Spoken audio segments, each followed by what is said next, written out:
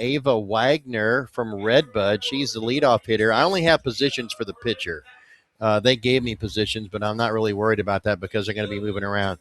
Ava Wagner is the leadoff hitter. Batting second is Julia Olau, also from Redbud, as three Redbud players are in the starting lineup tonight. J.C. Webb of Benton is the number 3 hitter for the Orange team. Maggie Klutz of Goreville is batting fourth, and she's one of a couple of freshmen in this game tonight. Batting fifth, Arwen Wilkie from Mount Vernon. And I will tell you that Arwen is the catcher for the game. Samaya Jones hits sixth. She is from Massac County. Batting seventh is Ella Keene.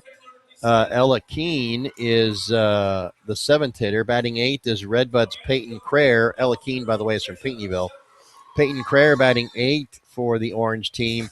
Batting ninth is J.C. Buss from Oakville. So Ava Wagner, Julia Olau from Redbud, J.C. Webb from Benton, Maggie Klutz from Goreville, Arwen Wilkie from Mount Vernon, Samaya Jones from Massac County, Ella Keene from Pinckneyville, Peyton Crair from Redbud, and J.C. Buss from Oakville. The starting lineup and the pitcher for the Orange team for the first 3 innings is Julia Olau from Redbud. And by the way, Julia's pitched in this game last year as well. For the blue team, they're batting all 18. Let's take a look at them. Kansas Craig leads off, batting second, Macy Alexander. Kansas Craig from Anna Jonesboro, Macy Alexander from Murfreesboro. Taryn Ford of Carterville bats third. Batting cleanup is Danica Tobin from Mount Vernon. Nashville Sadie Popejoy hits fifth. Batting sixth is Leah Crompton. She's from Centralia Christ Our Rock Lutheran. Batting seventh is Ava Brown from Harrisburg. Lily Graham is batting eighth. She's from Carbondale. Trico's Haley Franklin, the number 9 hitter. Batting 10th is Briley Williams from Waltonville Susser-Valier, followed immediately by Elisa Shanebeckler from Waltonville Susser-Valier as well. Emery Quick of Centralia bats 12th. Taylor DeSmith from Mount Vernon batting 13th. Batting 14th is Johnson City's Elena McCoy. Batting 15th, Jada Shepard from Anna Jonesboro. Lainey Dunstan of West Frankfort hitting 16th. Batting 17th is Madison Jennings from Benton. And Maddie House of ZRC is batting in the 18 spot. And Maddie House is a replacement for Alana Bryant from Marion, who is not playing tonight. She was on the original roster for the second year in a row, but Bryant was injured and is not able to play.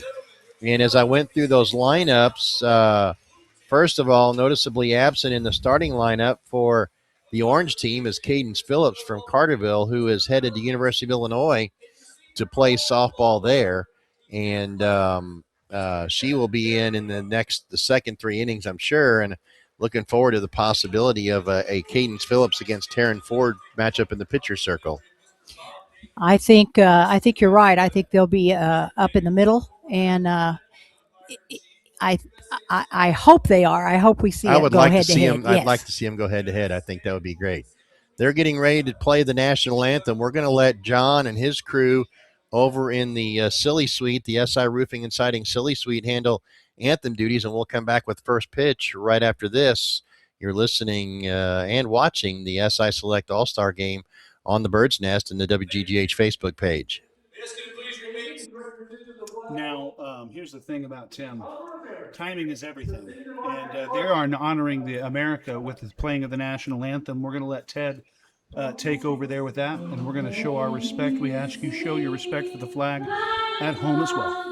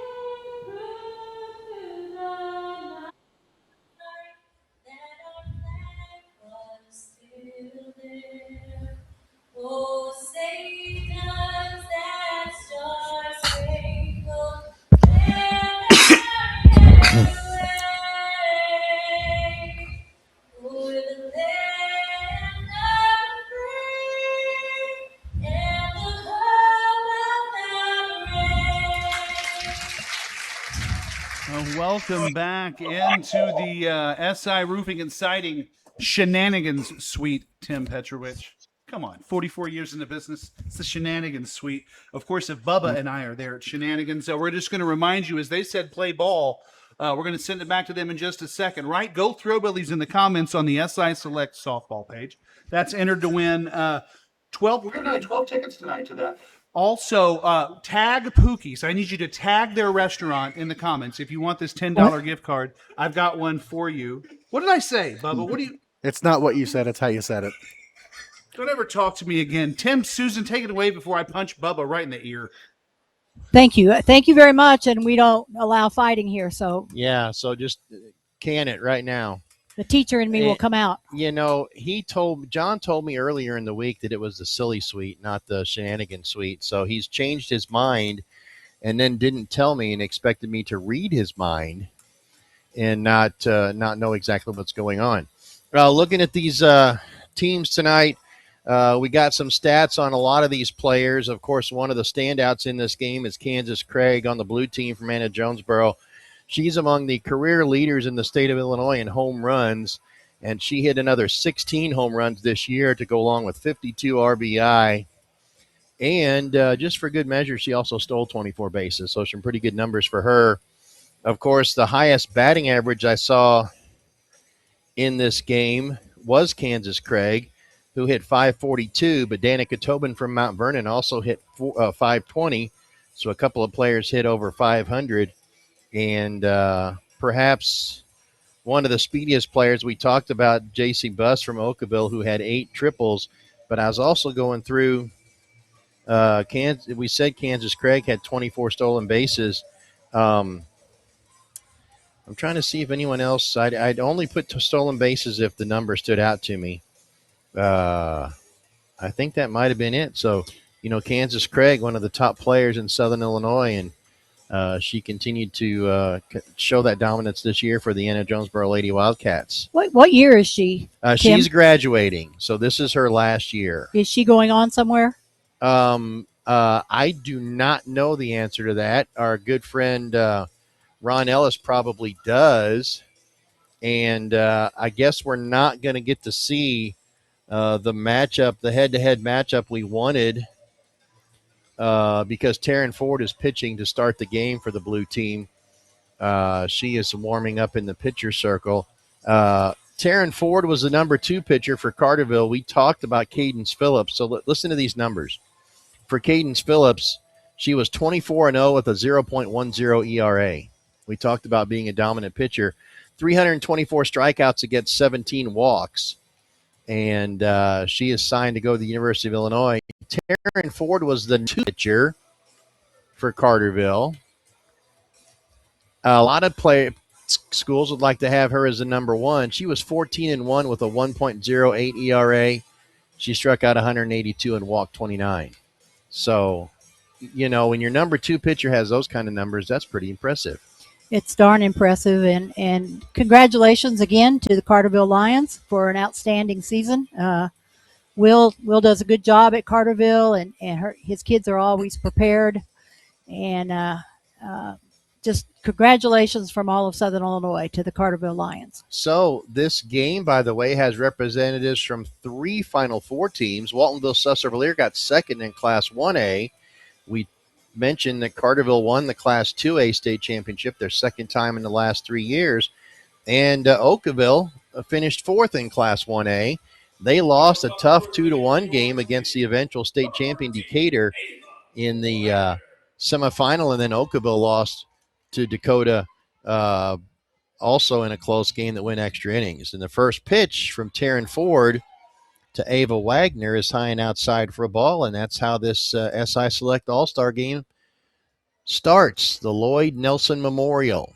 I haven't seen the Wagner girl play. She's a left-hander. Or I would expect. There we go. I would expect her to be slap. A slapper, yeah. And she looks like she's got a lot of speed.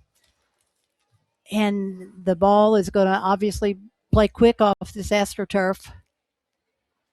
I think they got to practice on it last night. So for those people that haven't played on it, they could get a feel for it.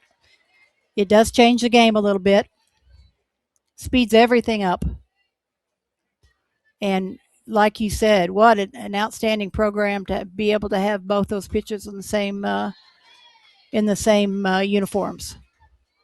So 3 balls and no strikes to Wagner. And I'm trying to find out. Apparently, I didn't get her stats in there for some reason, and she slaps one foul, so she had the green now. Now it's 3-2. The scoreboard was behind the pitch, and so was I. They've got the speed count at 61 on that last pitch that Wagner fouled off. So 3 balls and 2 strikes to Wagner, and here comes the 3-2 pitch, and she swings and misses, and there's strike one. A Lawler strikeout. All strikeouts in the game are brought to you by Lawler and Lawler. And now the batter is Julia Olau. 1 away here in the top half of the first inning, the Orange team batting. Well, that's not bad for Ford. 1 up, 1 down. Yep, and there's a strike. And she, after throwing 3 straight balls to start the game, she has come around and found the strike zone. You know, we talked earlier about how lively the ball or the bat has been. Oh, there's a nice drive down the right field line. Yeah, it's over the head of the right fielder, and Olau is on her way into second, and there's a double. Nice hit. So Olau at second base, she had 14 extra base hits this year, drove in 34 runs as a batter, and she was also 20-3 as a pitcher, and she'll be out in the circle in the bottom half of this inning. The batter now is J.C. Webb from Benton. And there's another strike. So after three balls to start the game, and since then, Ford has thrown 6 straight strikes. And that one was right on the edge. She's painting the lines. A little high. Tried to get her to chase on that one. 1-1. So we talked about this during the game last year, and I've talked about it a lot in the broadcast booth through all the games I've done, as that looked like in this one here, which is fouled back, looked like a rise ball. And rise ball is probably one of the hardest pitches to throw, but as a high school pitcher, if you can throw a rise ball, you're one of the more successful pitchers. Rise and a drop, and you're going to go places. You know, foul ball down the left field line. And the changeup. If you can have a good change with a rise ball, you are setting yourself up for success. You know, and a lot more pitchers throw the drop ball than throw the rise ball. But I've seen a good drop ball be really effective too. Absolutely. And there's another foul ball. The count remains 1-2 to J.C. Webb. She's aggressive in there. She's looking for a hit with a runner in scoring position. She'd like to be the first one to do it. Yeah, she'd like to give Taryn Ford a higher ERA than she had in the regular season. Well, a little different situation here. She's the best of the best in Southern Illinois. Yeah, I would assume that it's going to be there's going to be some runs scored today. So still 1 ball and 2 strikes, and that looked like a changeup right there. And she painted the corner again. So nice pitch. That's another strikeout by Lawler and Lawler. 2 strikeouts here to start the game, and the batter now is Maggie Klutz from Goreville. Klutz, one of 2 freshmen playing in this game. Swing and a miss. Strike 1. Klutz hit 5 home runs and drove in 31 for Goreville this year, and had a .421 batting average. Another swing and a miss. Yeah, she chased a rise ball there. The other freshman that I know of, well, there's 3 because there's one from Waltonville, but the other one on this Orange team is Samaya Jones from Massac County, who we'll see later, and Klutz fouls one back to the net. When we get to Samaya Jones, she clubbed 8 home runs and drove in 34 for Massac County. So some pretty impressive freshman numbers. Yes. and I still say I don't know if it's the ball or the bats, but something is awfully a little more lively this year. I know there's been talk in the college level of maybe extending the fence or increasing the distance from home to pitching rubber. I don't There's know. a swing and a miss. She chased another high one and 3 straight Lawler and Lawler strikeouts to start the first inning. Well, not 3 straight because we did have a double by Julia Olau. We played a half an inning. It is the orange team nothing, the blue team coming to bat in the Lloyd Nelson SI Select All-Star Softball game.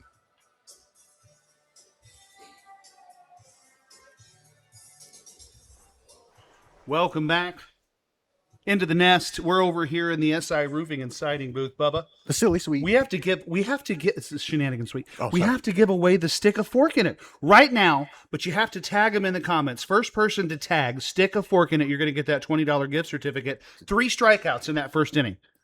Three strikeouts in the first inning. Yeah. I was going to wait for a 3 strikeout inning. You figure with a team full of all-stars, you're not going to find that happening very much. Early. But top of the first, so we might have to convince Bubba. Enough of you tag stick a fork in it. Let's say you get 10 tags in the comments. You're going to give away another $20 worth? We'll see. Okay. All right. Listen, I also need you right now to tag Thrill or go Thrillbillies in the comments. Go Thrillbillies in the comments, and you're going to be entered to win. Bubba, you can win those, by the way. Can I really? Yeah, for sure. Okay. Especially if you're going to give away another $20 worth of food.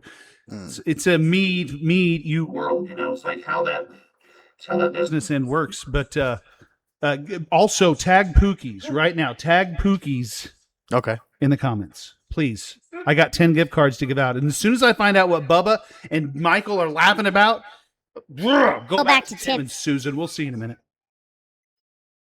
Right. Back here in the Weeks Chevy Buick GMC press box as the orange team and Julia Olau finish their warm-ups, and it'll be Kansas Craig to lead it off for the blue team. Craig, along with Macy Alexander from Murfreesboro and Taryn Ford from Carterville all played in this game last year, and that's the first 3 hitters. Here's the first pitch, and there's a fly ball into short center field. The shortstop goes back and makes the catch, and there is one away. So we won't have 6 strikeouts in the first inning. I was looking for an extra base hit from Craig.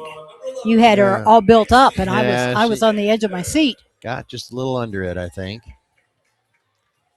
Macy Alexander comes up. Macy had a really good game in this game last year. She's a .364 hitter. Fouls the first pitch off. And she had 16 extra base hits during the regular season. 1 strike the count. Here is the pitch. That's low and in for a ball. I always argue with myself, by the way, because this is a full turf field, and one of my favorite things to say on a low pitch is in the dirt, and it's really not in the dirt, but you can still say that. Someone told me I could still say it. Absolutely. Yeah. There's a fly ball well hit to left center field, and the left fielder is going to go back and make the catch. Nice footwork from her. I don't know who she is. Tim, help me out. No, they didn't tell. They just told us that they had 3 outfielders, and they are letting them play where they want to. Okay, well, I don't know who she is, but she got a good jump on the ball, and she showed a lot of presence of mind there. She had her feet going the whole time. So the batter is Taryn Ford. We talked about Ford's pitching numbers. She was also a .423 hitter. She flies one down the left field line, but it's going to be foul and bounce out of play. Ford hit .423 with 12 home runs and 47 RBI. 22 of her hits were for extra bases. And she struck out the side in the top of the inning. So she started her game off pretty well. She sure did. And we're looking for a hit here. And instead, she pops it up on the infield. The shortstop makes the play. And the blue squad goes down 1-2-3 here in the bottom of the first. We played a full inning at Mtn Dew Park. It's the Lloyd Nelson SI Select All-Star Softball game. on the Bird's Nest and the legendary WGGH Facebook.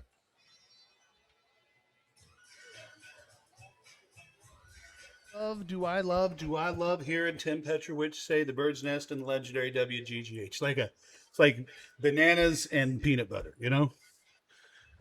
Sure. Bubba, Yes. in my hand, I have a Let's Be Frank Chicken and bananas. food truck gift card. All right? Yep. Wiener Wednesday. This man is known for that. And he actually tagged Wiener Rides, and they were together. If you've never seen those fellas, go check out what they're doing on Facebook. But we're going to give this away as the night goes along, and we got to figure out a way to give away this thing here. And I think the best way is a home run. That'd work. A home run, the First home run we see, you gotta tag Let's Be Frank. I also need you guys to hit Go Throwables in the comments. I need you to tag Pookies. And don't forget, Tim and Susan, anytime you think something is McAwesome, go ahead and say that. And when Tim or Susan says McAwesome, you write McAwesome in the comments, and you're going to win a free meal to our friends at Moreland McDonald's out of West Frankfort. I could go for some fries right now. Let's send it back over to the McWeeks booth. I think that was our segue there, Tim. That was our cue. We're heading into the top of the second inning. Arwen Wilkie of Mount Vernon comes to the plate. So in this half inning, Arwen Wilkie of Mount Vernon is going to lead off. In the next half inning, Danica Tobin from Mount Vernon is going to lead off for the blue team. So got a couple of Mount Vernon players playing against each other. We mentioned we would have Pinckneyville players, or not Pinckneyville, Marion players playing against each other. But Lana Bryant is not playing in the game. She is on the was on the blue team. Paisley Freeborn and Mercedes Smith on the orange team will play later in the game. First pitch from Ford is a strike, and the next one is in there for strike two.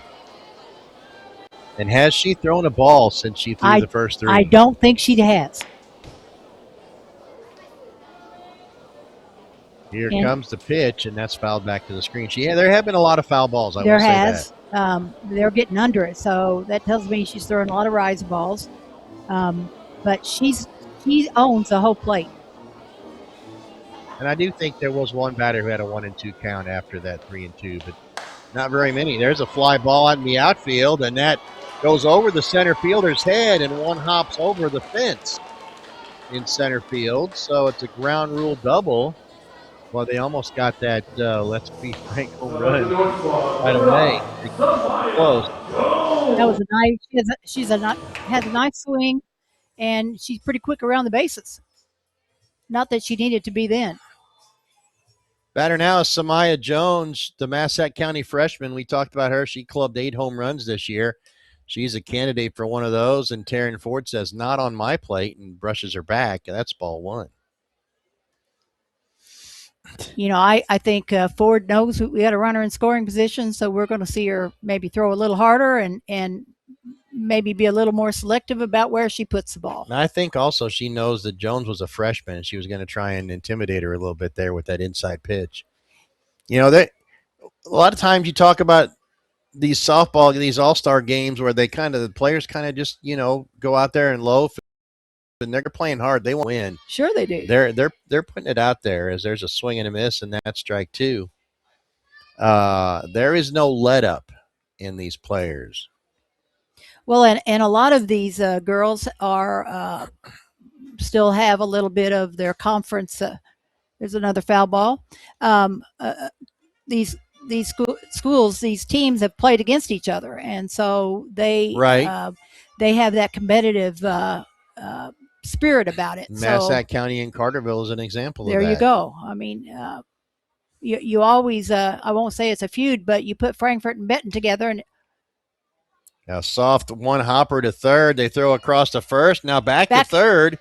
And Wilkie speeds into the bag, and she is safe. The putout goes 6-3. And then Wilkie, who they held in check briefly, advances to third, and Ella Keene from Pinckneyville is the batter now. As I was saying, no blood loss between Frankfort and Benton. Right. So I'm sure there are many other schools that have that kind of rivalry, and probably right here on the softball field. Ella Keene, the batter, we talked about, we mentioned her. She's from Pinckneyville. It was really cool to see Ella be the person who caught the ceremonial first pitch as she gets hit with the pitch. Ella was the catcher as longtime Pinckneyville coach and softball Hall of Famer Greg Hale was throwing out the first pitch, and Ella Keene plays on the field named after Greg Hale now. And Greg had a nice windmill He did. pitch. Good to see him still have it. And now we're second and third. We got runners in scoring position. Yep. Let's see what happens with Ford. First pitch was a ball. And no throw down to second base. And now they're bunting. They push the bunt. And a great job by Ford to field and check the runner at third and get the out. Very nicely played. And, of course, the second baseman came over to cover first as well. And she came running towards the runner at third to make sure she wasn't going to do a delayed steal or just to freeze her. So that was very well played. So second and third and 2 outs now for J.C. Buss from Oakville, the number 9 hitter. So the Orange team's been all the way through the lineup. As I said, second and third. We got a lefty. And it's 2 balls and no strikes to Buss.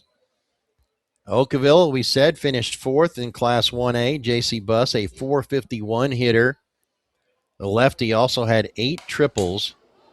And she flies one into short left field. And the left fielder comes in and makes the catch.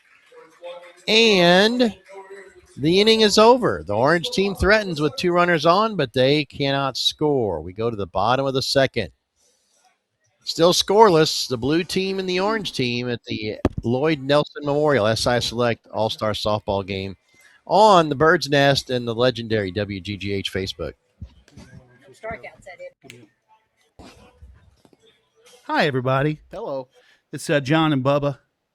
I'm John. I'm Bubba. Yeah, don't get that wrong. He's a smelly lineman.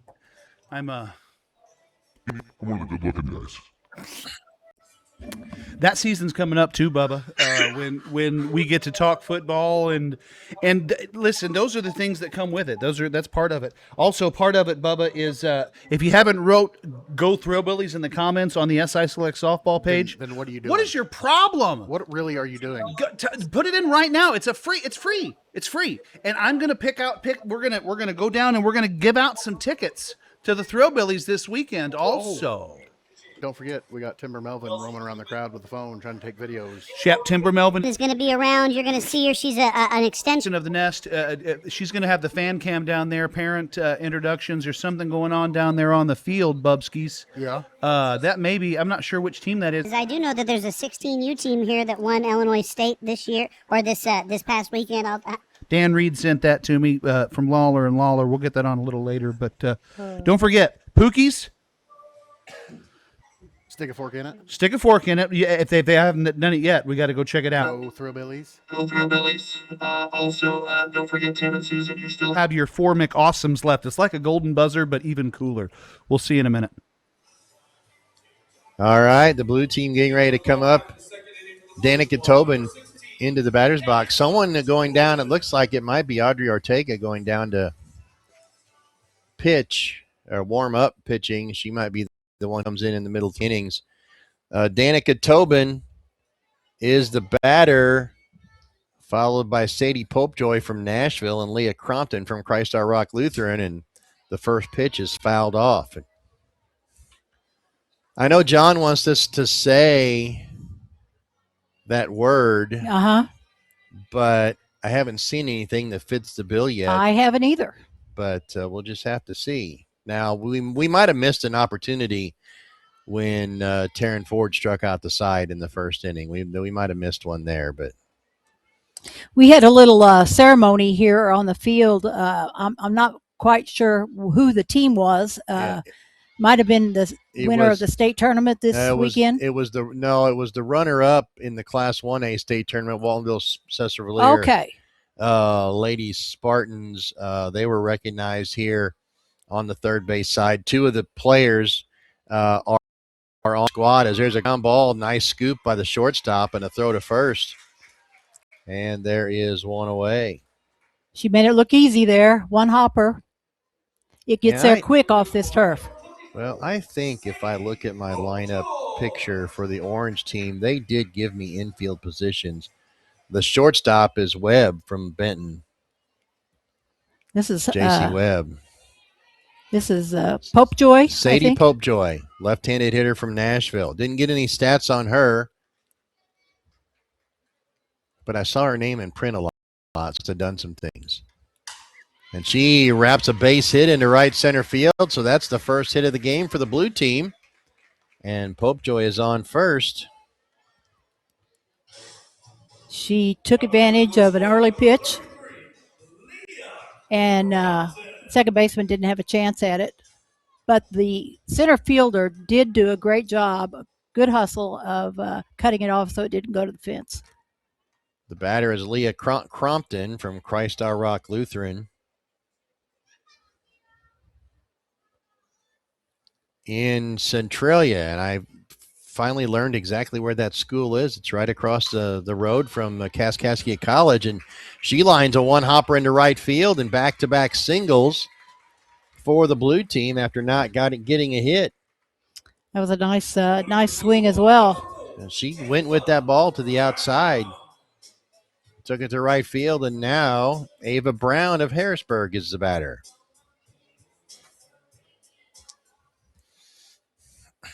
Is Red still coaching at Harrisburg? I believe he is. There's a fly ball into center.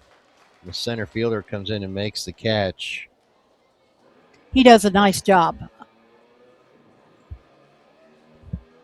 Harrisburg lost a legend this year in yes, Chuck Ingram. Chuck Ingram, what an outstanding man. Gave everything he had to Harrisburg High School. There's another pop-up. That's going to be caught by the second baseman, Ella Keene of Pinckneyville. And so 2 hits for the blue team in the inning, and then they couldn't get anything done with it. So we played 2 full innings. We're still scoreless, identical line scores, and we'll come back with more of the Lloyd Nelson Memorial SI Select All-Star Softball game right after this on the Bird's Nest and the legendary WGGH Facebook. Bubba has beef. I have Bubba, beef. what is your beef? I don't have beef. You have beef. You looked at the list. You said Cadence Phillips, Carterville, 333 batting average, or no? Yeah. A 1.10 ERA. Why wouldn't you start her in an All-Star game? Listen. I'll find the coach that's responsible. I'll have him come up here and talk But to you man to man. My biggest beef is the fact that there's 2 number 0s on the blue team, 3 number 4s, 2 number 8s. Orange team has 4 number 9s. Apparently, there was a game of Rochambeau that could never get solved, so they just decided they were going to give out the numbers. Also, we're giving out tickets to the Thrillbillies. All you got to do is tag the Thrillbillies. Go Thrillbillies in the comments, okay? You're entered to win. Go Thrillbillies. First 10 to say Pookies. And all you got to do is just tag Pookies. You have to tag them. It has to be blue. I have to be able to go to their page. That's 10 of them. That's 7 letters. $10 gift cards, okay? Yep. I also have this Texas Roadhouse package. Tim, we're gonna give that out later. I kind of got a plan for that. But we're gonna hold tight on that, all right? But we're gonna send it back over to Tim and Susan after one of you has shared this and one of you has written at Pookies. That is Mick awesome. See how easy that is? Oh my God, I know. It's like Tim and Susan can't even say it. Oh my goodness, we'll be back. We are going to the top of the third, and the blue team has a new pitcher. The new pitcher for the blue is Danica Tobin of Mount Vernon. What did Tobin do in the pitcher circle? I didn't write it down. 7-5 with a 1.76 ERA. Struck out 113 and walked 22. I got the answer to the whole Cadence Phillips question for Bubba, too. We'll give him that in a minute. Ford left the game with 3 strikeouts, all in 1 inning, and no walks. She gave up a couple of hits, but another fine job by her. She did a really good job. And the blue team has a wealth of pitchers, so we're going to see a few of them. And the 1-1 strike, the count to the top of the order, Ava Wagner from Redbud. Wagner is 0 for 1. She's still looking for a slap. She takes a ball, 2 balls and a strike. She got ahead 3-0 in the count against Ford, and then Ford came all the way back and got her. So 3-0 or 2-1 is not a given here. And here is the pitch, and that one misses outside for a ball, and the count is 3-1. Tobin, Mount Vernon, Tobin, and the other Mount Vernon player, I got to find her now. Taylor DeSmith were both pitchers for the Lady Rams. They pitched really well and were victimized by a little bit by defense through the season. That's a foul ball down the left field line. So when you see 7 and 5, you think an average pitcher, but then when you see a 1.7 ERA, you think, oh no, she's actually pretty good.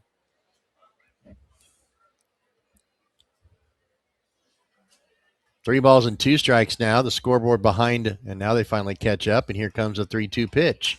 And there's a slap and a leaping catch at third base. Nice. Over there. And I think that was Madison Jennings from Benton, I think, who's at third right now. Very nice play.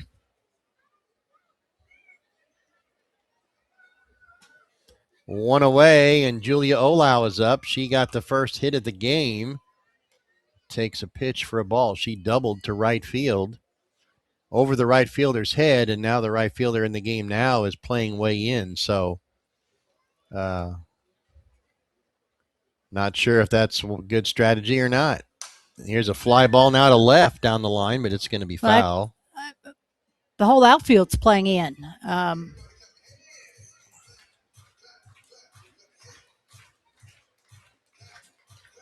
I think they could get burned here if they're not careful.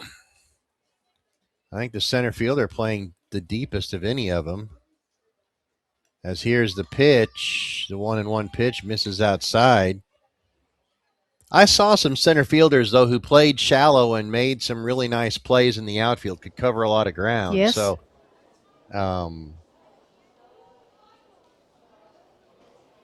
here comes the 1-1 pitch, and that is on the corner for a strike. Count is 2-2. She's looking for a specific pitch, I think. She's being very selective. Probably not so much now with 2 strikes. No, probably not. But she's been working her outside quite a bit, and there she goes again.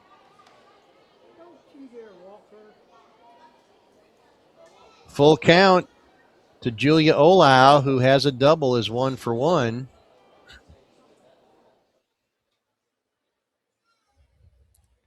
And here comes the pitch, and it's a swing and a line drive up the middle for a base hit. She tried to stay on the corner. She was on the outside part of the plate, but just not far enough. So J.C. Webb comes up. Webb, a strikeout victim from Taryn Ford in the first inning. The first pitch to Webb. That's on the outside corner for strike 1. I know the home plate umpire, Jeff Carrico, behind the plate. Do not know. I've seen the field umpires, but I don't know their names. That's a one-hopper fielded at first, and stepping on the bag as the first baseman as heading to second base is Olau. And now Maggie Klutz. She's got a chance to score a run here. Right, runner on second. And she takes an off-speed pitch low for a ball. Third baseman's playing back. 2 away. Here's the pitch. Misses outside for ball 2. 2 balls and no strikes. Julia Olau at second base. Did she have a steal her last time up? No, she went her last time or this time? Her last time. She doubled and wound up going to third on a I don't know how she got to third. I don't even know if she made it to third. I'm Ooh. speaking out of turn. There's a swing and a miss. The count is 2-2. That was a nice pitch. But let me look at the scorebook here. No, she wound up at second base, Okay. stayed there. 2 balls and 2 strikes, and the pitch is bounced toward third foul into the third base coach's box.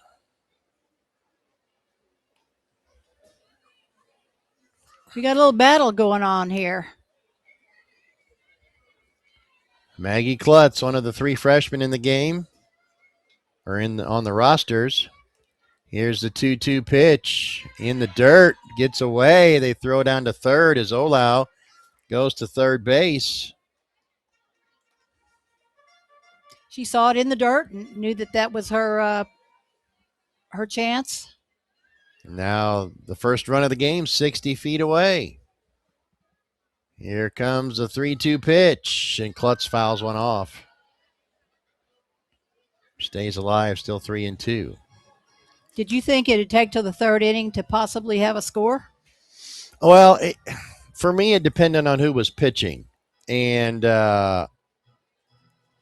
considering the pitchers, I am maybe a little bit surprised. An off-speed pitch, and there's a swing and a miss.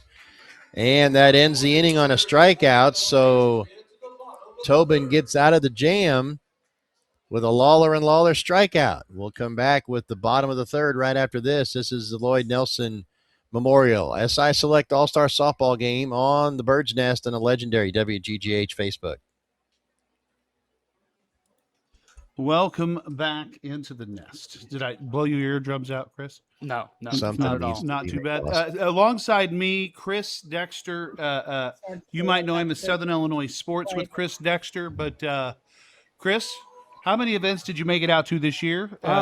First of all, welcome into. Thank you. Welcome into the nest. Let's go ahead and give him a bird's nest round of applause. Welcome into the nest. How many sporting events did you make it to this year? I know that I saw earlier in the year you had made a plan to be at a lot. Yeah, and we executed that pretty well, more than ever before. I think I went probably to half of the weeks of the regular season football and then postseason, and I think I ended up covering over 60 different basketball teams, boys and girls, in the winter, and so. You'll be able to catch the rest of that interview on the nest. We're getting ready to post that to our page. Chris Dexter, honored to have him come by the studio up here or the booth. It was, might I say, McAwesome. It was very Seamless, Bubba. We're seamless. like gunners. Pookie's, Thrillville, and also. Well, I can safely say I don't know if we forget, have it back give him or a not like because and we could follow not on the hear SI Select Softball page. John Back to the week's talking with broadcasting Chris booth over Dexter. there with Tim and Susan. But Haley Franklin of Trico is the leadoff hitter for the blue team as they have got to the number 9 position in their batting order. Franklin, a .396 hitter, scored 31 runs. First pitch to her is swinging strike 1. Keeping track of the Marion Post 147 Junior American Legion baseball team. Just outside. My grandson is a player on that team. He was actually the starting pitcher tonight for Marion against Heron. They're in the top of the 7th, 7-inning game, and Marion leads at 10-3. They're 10-1 going into that game as there's a swinging strike 2. Well, good luck to him. Noah pitching today after Monday. He had a fishing accident and stuck a giant hook in the side of his cheek. That's not the catch he wanted to make. No, it's not.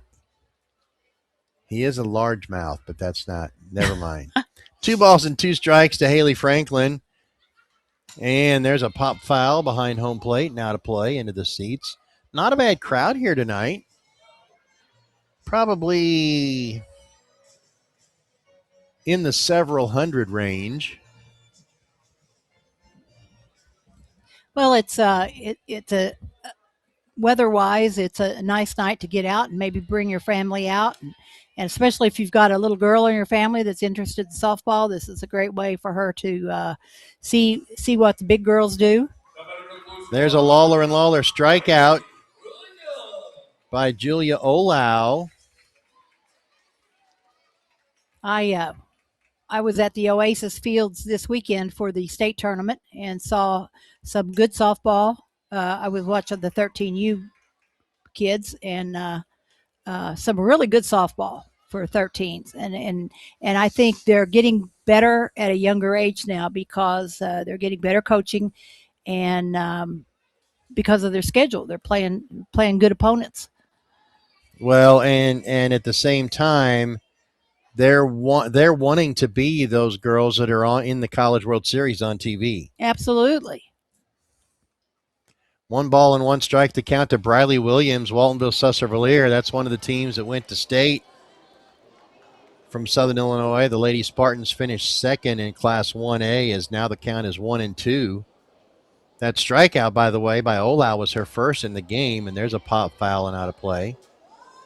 So that's kind of a surprise that Olau had done so well and only struck out 1 batter so far.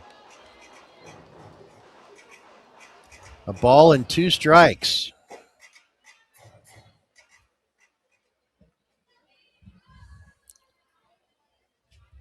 And here is the pitch, and there's a ground ball to third. Nice play by Jones over there, and they pulled her off the bag at first, and so Williams is going to be safe at first base. Boy, I tell you what, that was a nice play.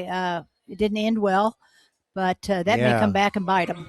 Yeah, really tough because Samaya Jones did a great job to snag that ball, and then the throw was just off target. And so Alyssa Shanebackler is up now for Waltonville Susser-Valier. She was the pitcher on that state runner-up team, and the first pitch to her is low for a ball.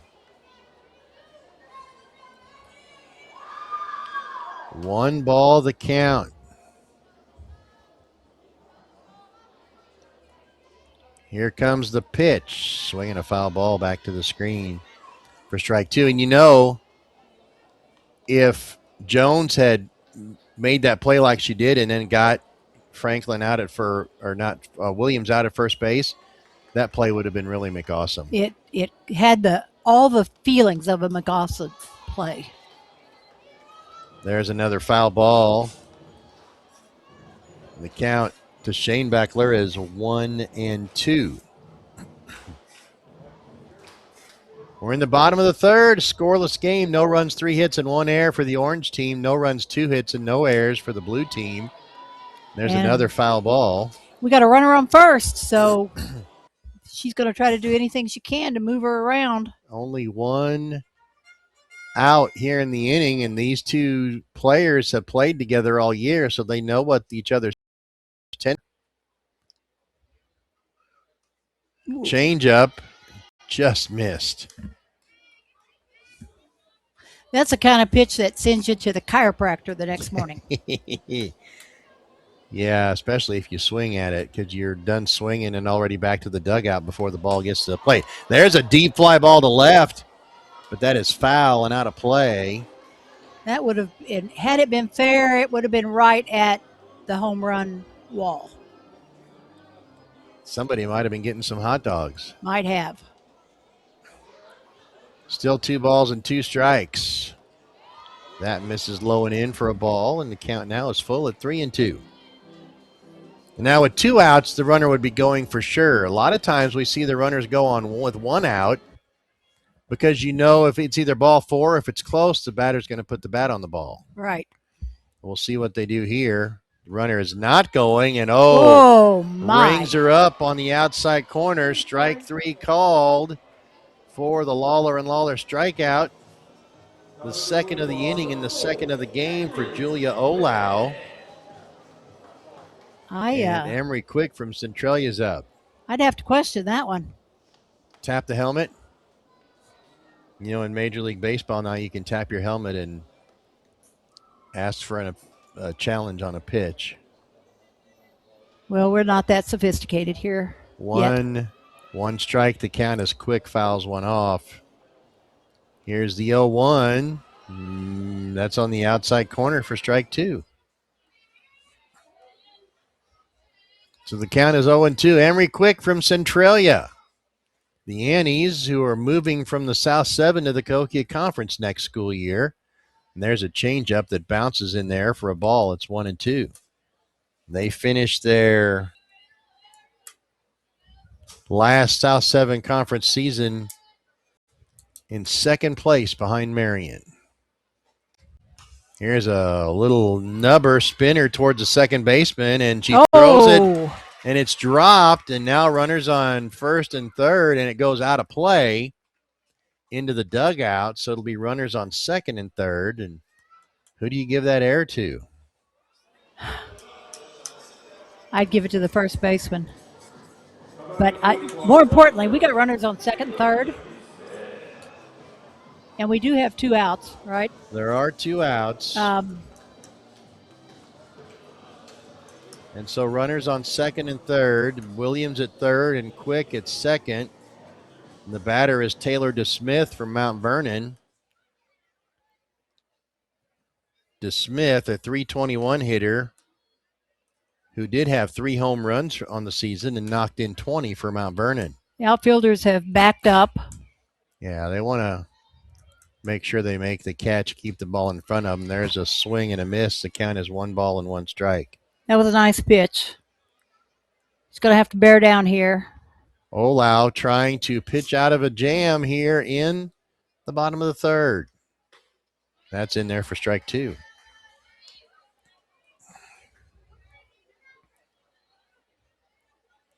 Like to see her be a little more aggressive in here with those runners in scoring position. Change up misses a little short. 2-2 the count.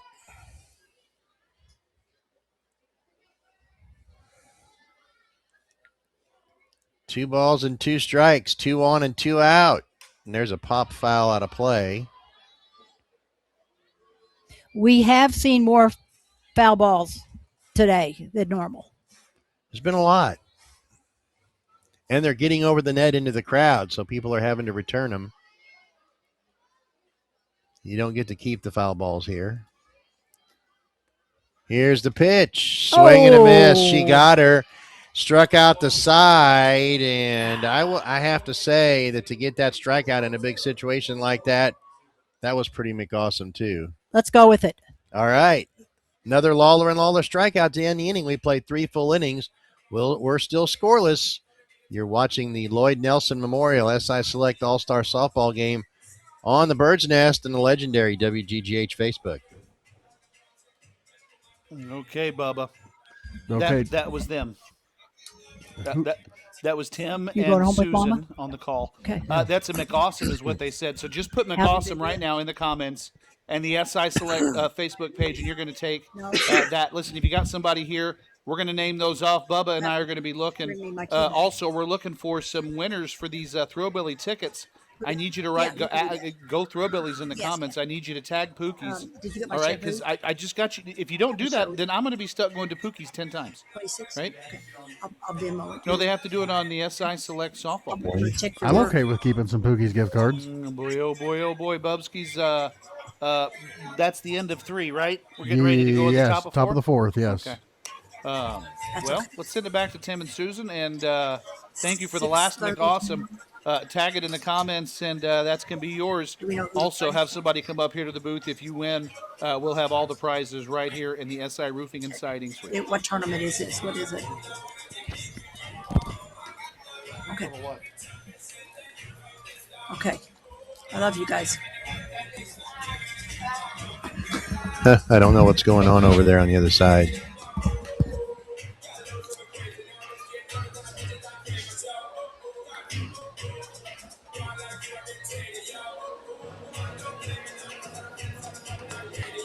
We got pitching now. Popejoy from Nashville.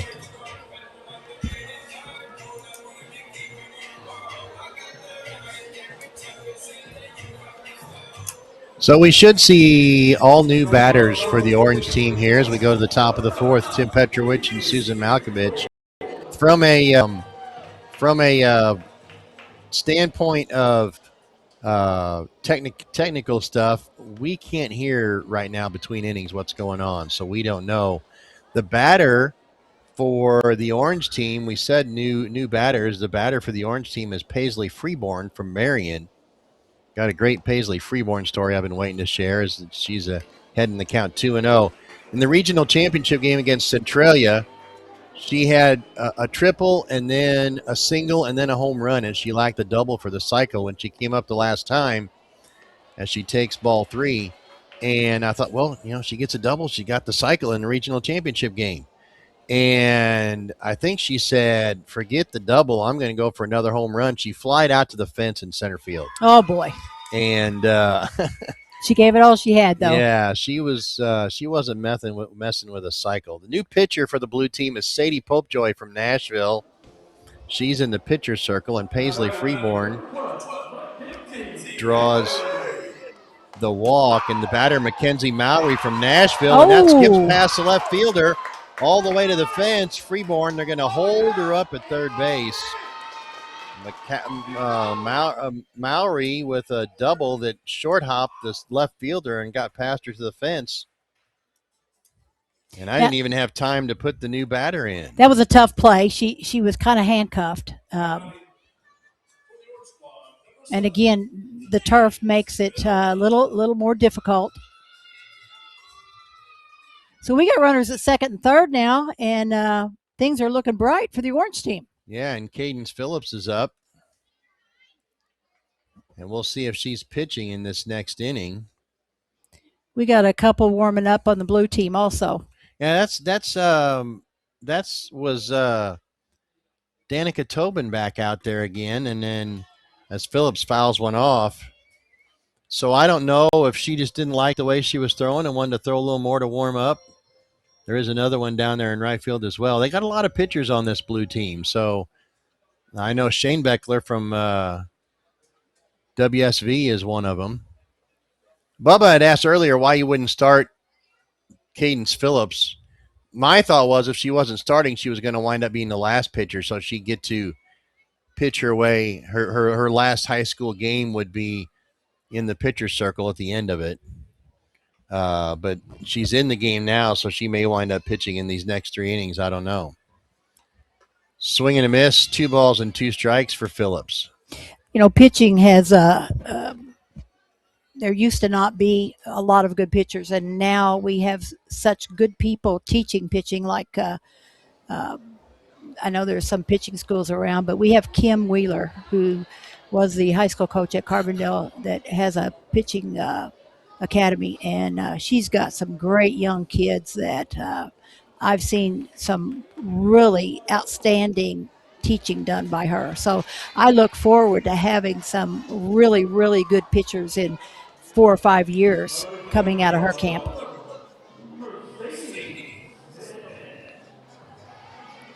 So Mercedes Smith, also known as Sadie, C-E-D-E. I've heard her called Seed before, but she prefers Sadie. She bats now with the bases loaded as Phillips draws a walk. Nobody out. This is a batter who struggled at the start of the season, but she took off after hitting her first career home run in a huge game against Centralia. She wound up batting .463 for the season. And she's behind in the count, no balls and 2 strikes. Smith from Marion played first base. Had 28 runs driven in. And she fouls one off on 0-2 and stays alive. She had to swing at that one. It was probably going to be a strike call. She did all she could do with it just to foul it off. She's got a little pop. She hit number 3 in the lineup. She's also she's kind of speedy, and she flies one to left. It's fouling out of play. Behind the dugout on the third base side. But we don't know who's coming up, so we can't tell you who's next as the orange team rotating their second 9 in. Here is the pitch, and there's a fly ball to left down the line, and that's going to be foul and take one hop over the fence. By the way, the Marion Junior Legion picked up its 11th win. They're 11-1. They beat Heron 10-3. And I don't pay the full price for Game Changer. I know that my grandson Noah had a hit and an RBI, but he was the starting pitcher. I don't know what his numbers were. Ball outside. 1 ball and 2 strikes to Sadie Smith. And we got bases loaded. And nobody out. So Sadie against Sadie. Sadie Popejoy, the pitcher. And there's a little looper behind the third base nice. area. The shortstop makes a great catch. That saved a run, maybe 2.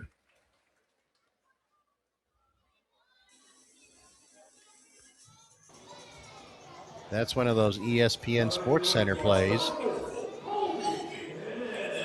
Here comes Colby Bennett now for Carterville. So now she's the third Carterville player to play, and Bennett, who was the catcher for the state champion, takes a pitch low for ball 1. She was a run producer. And she lines one up the middle for a base hit. 1 run is in. They're waving the runner for the second one, and a play at the plate, and they get her. So nice Mowry throw. is out at the plate, but Freeborn scores. That was a bang play, and they made a nice play at home and had her by a step. We're back to first and second. And the batter is Jada Burnett Hatton. Fun fact about Jada Burnett Hatton, who wears number 86. Her dad, Tyler Hatton, is the athletic director and head boys basketball coach at Crab Orchard. As she lines one into left, but right at the left fielder. And is that the third out? That's third out. Yeah, it is the third out. But we got a run on the board. Yeah, we'll tell that fun fact about Jada Burnett Hatton when we come back. It is the top of the third. Or I'm sorry, it's the bottom of the third. The orange team has a 1-0 lead, and you're watching the SI Select All-Star Softball game on the legendary WGGH and the WGGH and the Bird's Nest. Yeah, that's it.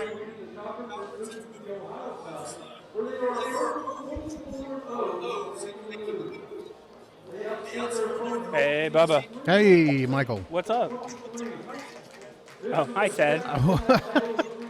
Hi, Ted. So what did John want us to talk about?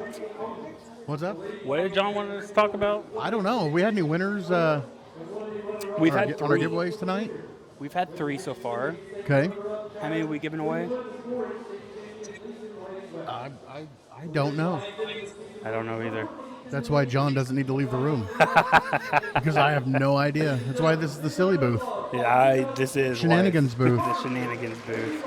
I know they're recognizing some team out there, but I don't know who it is. I'm trying to look. The orange team? No, they're wearing blue. Oh. Navy blue. I'm colorblind. Yes, you are. If you don't know orange from blue, I don't know what to tell you.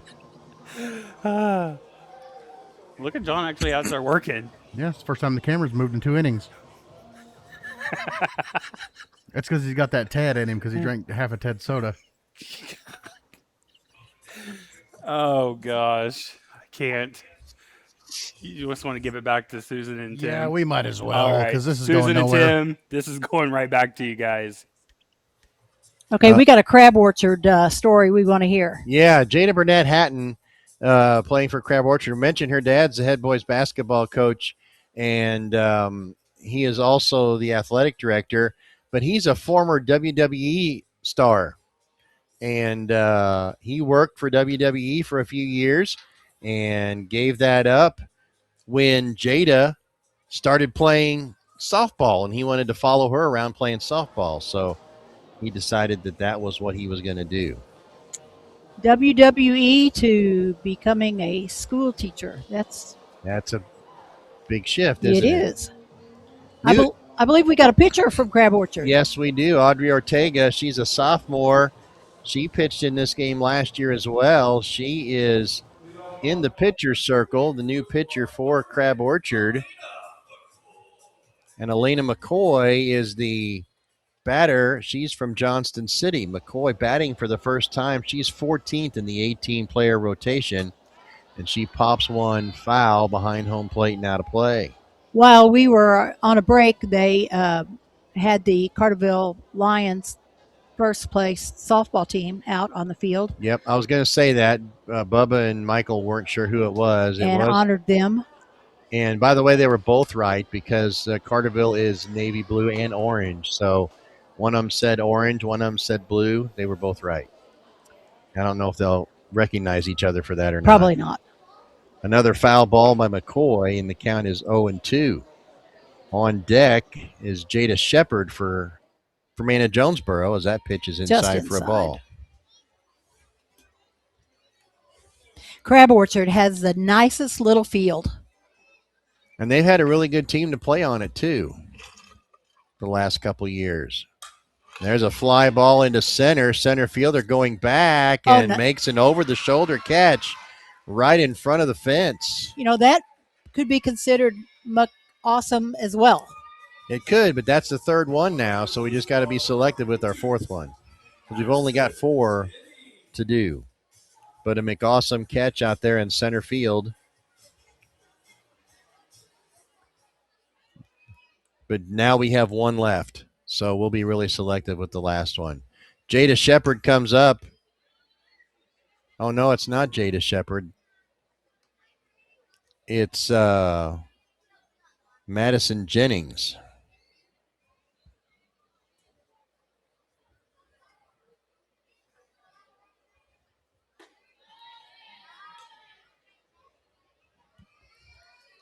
Madison Jennings from Benton is the batter. I think she was the third baseman last defensive inning.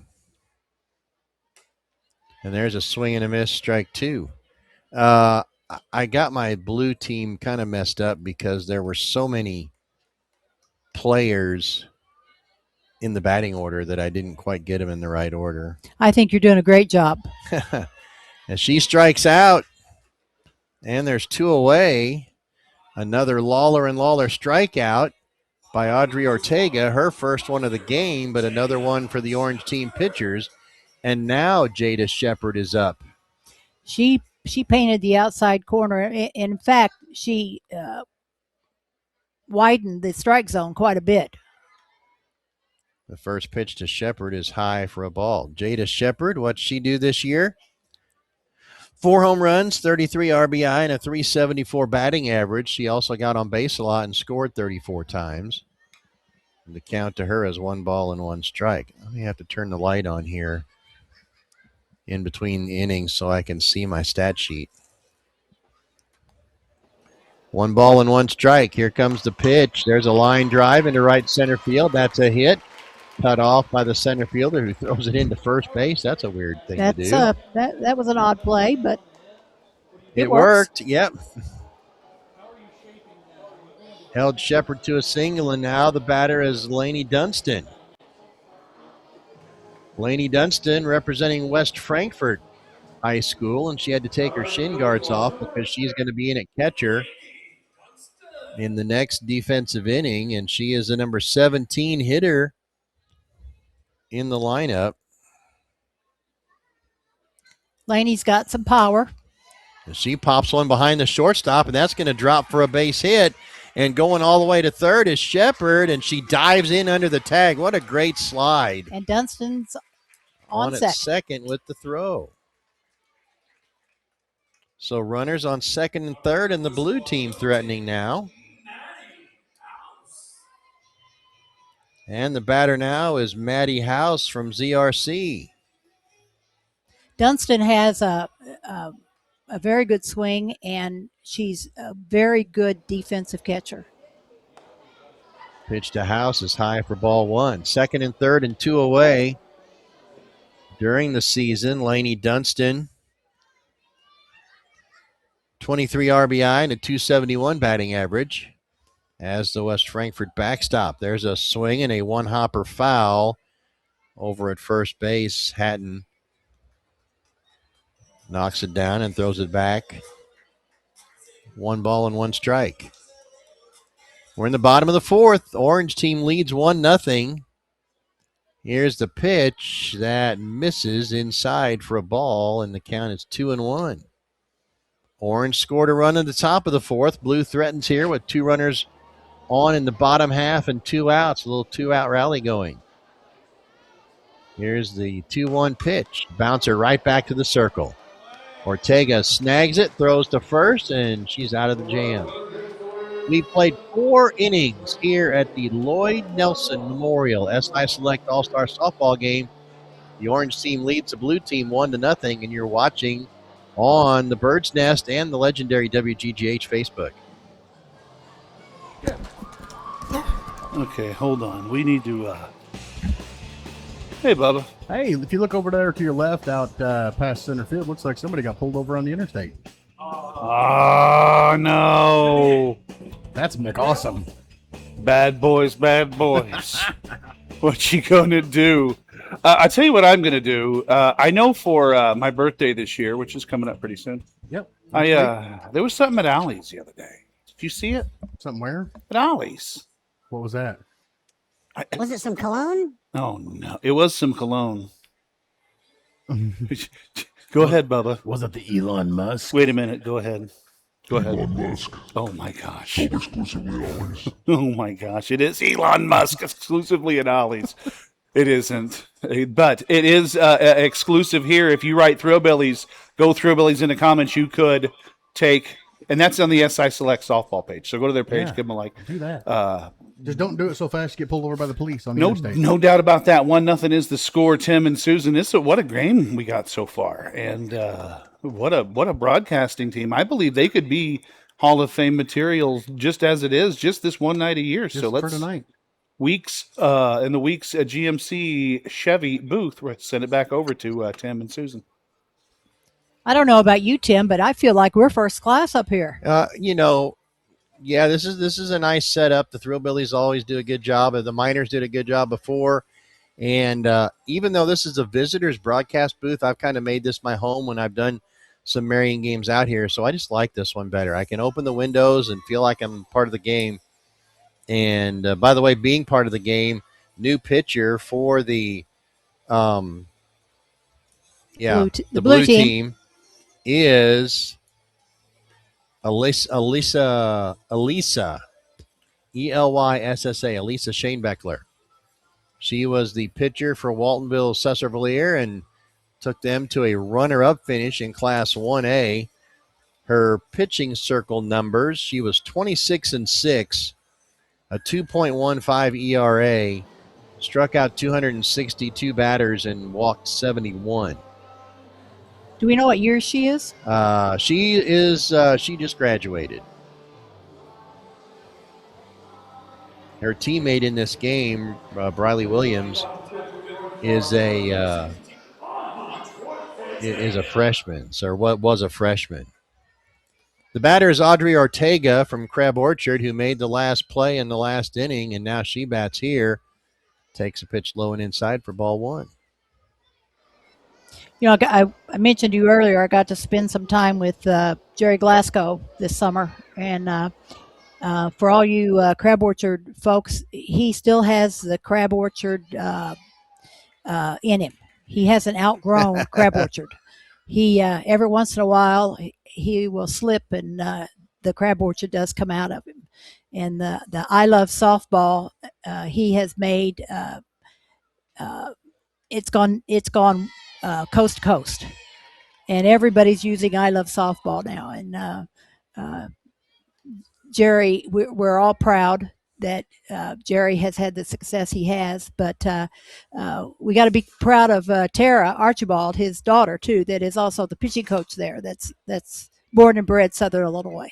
Ortega grounds one to third to throw across, gets away at first base, and there is the first error for the blue team, and Audrey Ortega stands at second base.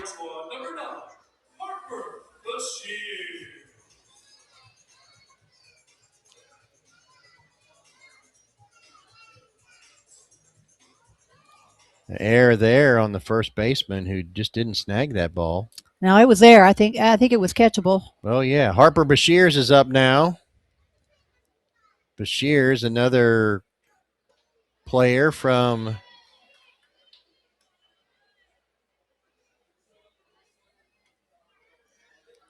the where is she at? Oh, there she is. From Crab Orchard. Another player from Crab Orchard. I couldn't find her in my line. She grounds one up the middle. The second baseman backhands. Nice. Throws to first and makes the out, and there's one away. Nice play, and move the runner over to third.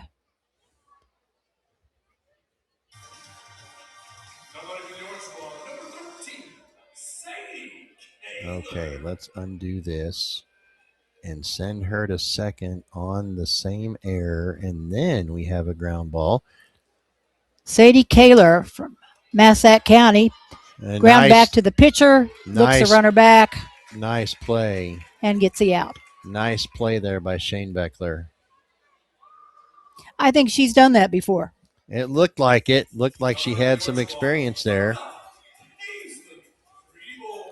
And Paisley Freeborn is back up. She is the one who started the last inning and got the run, and she fouls one off. Strike one to her. Do you get to do any Marion baseball?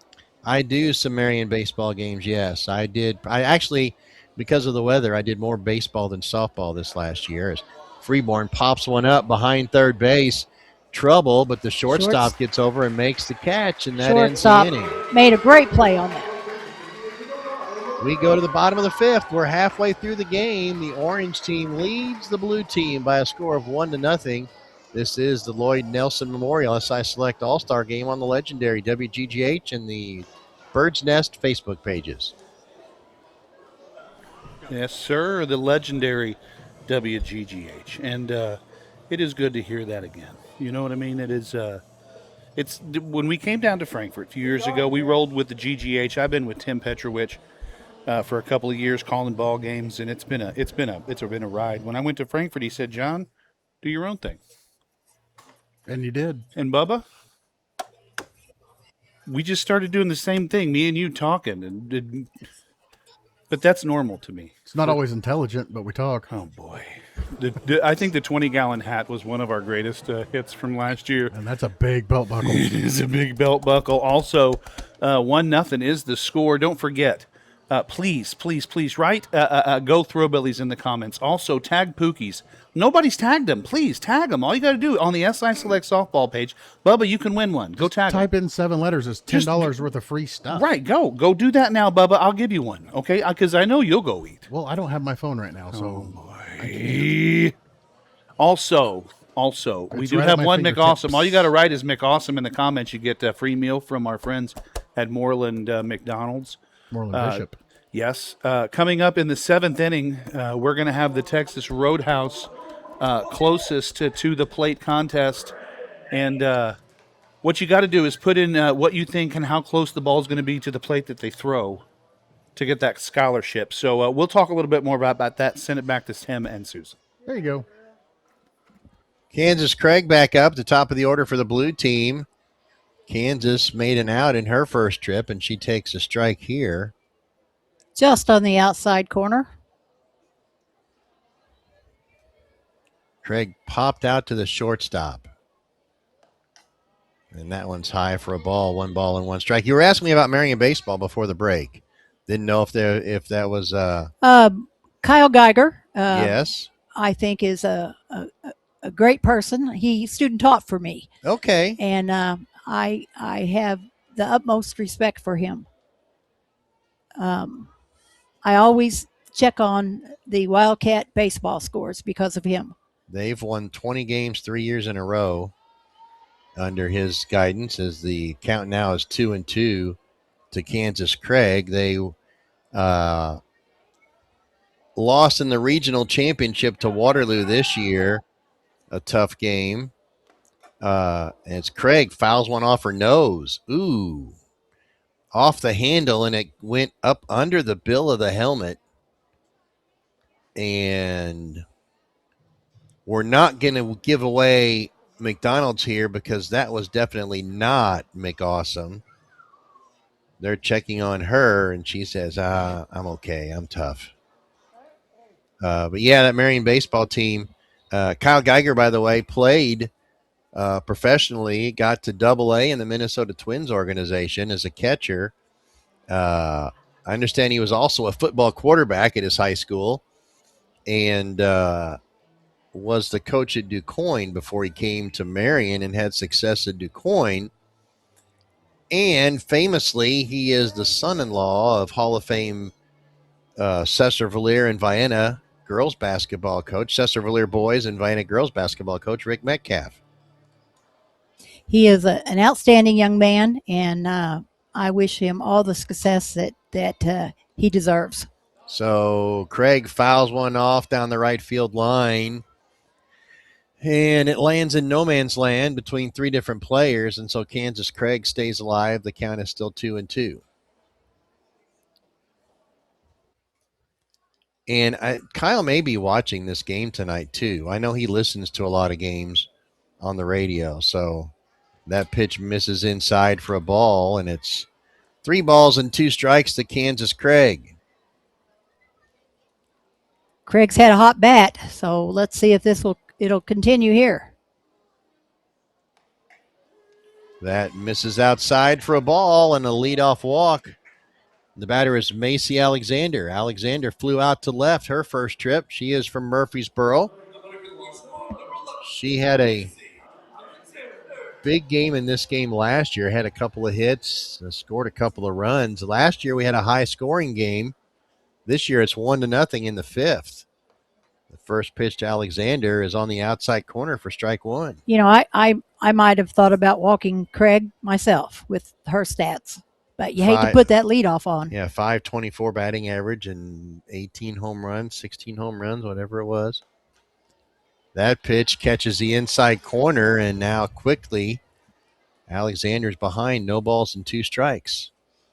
I hope they're sharing that this umpire likes the inside corner. Here comes the 0-2.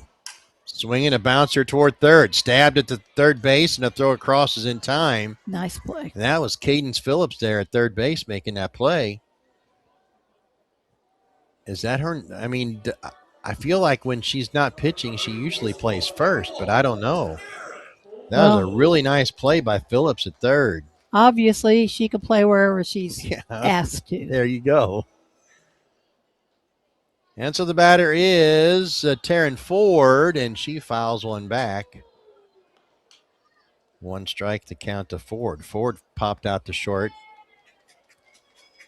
when she batted the first time back in the first inning. Got a runner at second. Blue team looking to try and tie the score.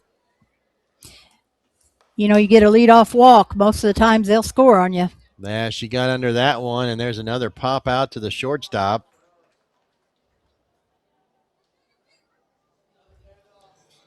And there is 2 away, and Danica Tobin comes to the plate. I wonder if Ford caught any flack from the catcher, who is her teammate, Colby Bennett. Probably. Here's the pitch to Tobin, high and outside for a ball.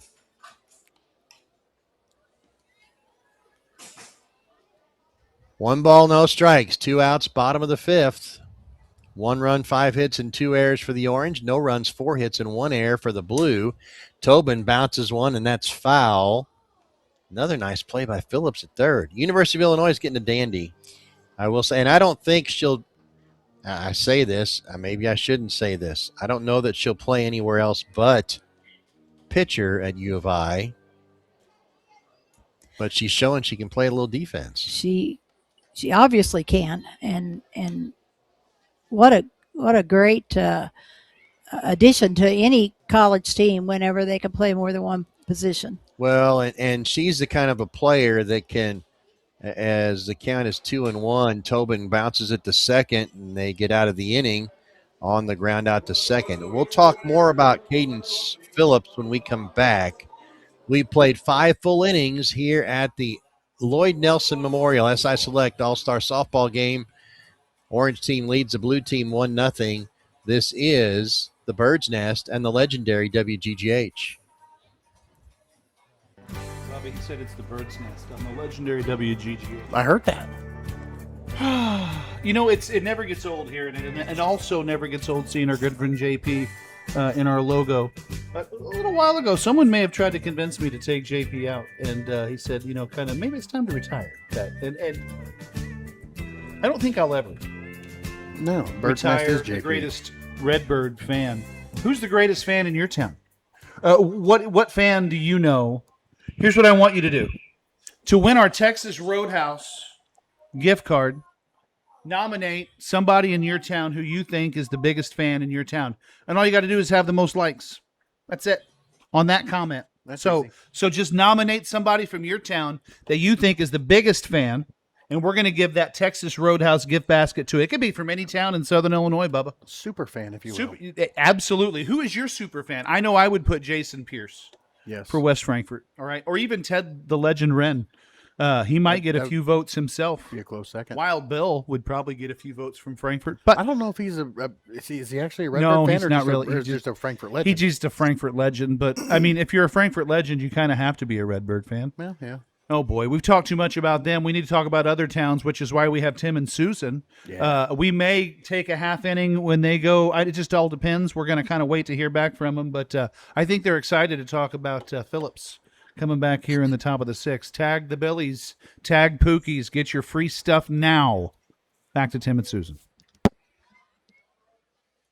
As Mackenzie Mowry comes up to bat here in the sixth inning, the new pitcher for the blue team is Taylor DeSmith.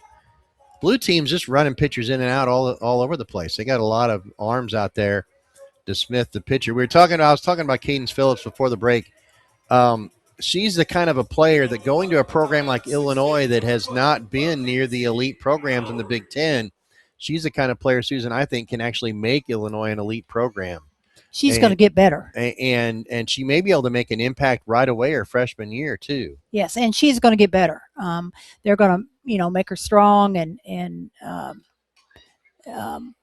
hopefully they have a good pitching coach. I know they have a new coach coming in this year. Hopefully she has a good staff, and we know it's a good school, so we wish her the best.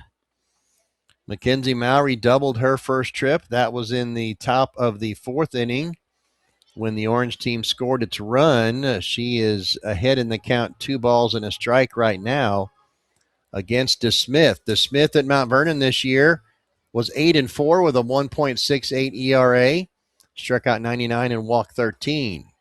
Mount Vernon had a two-pitcher rotation. They went back and forth pretty much every game, and that pitch is 2-2. 2-2 the count. Here comes the pitch. Just missed high for a ball. And it's 3-2.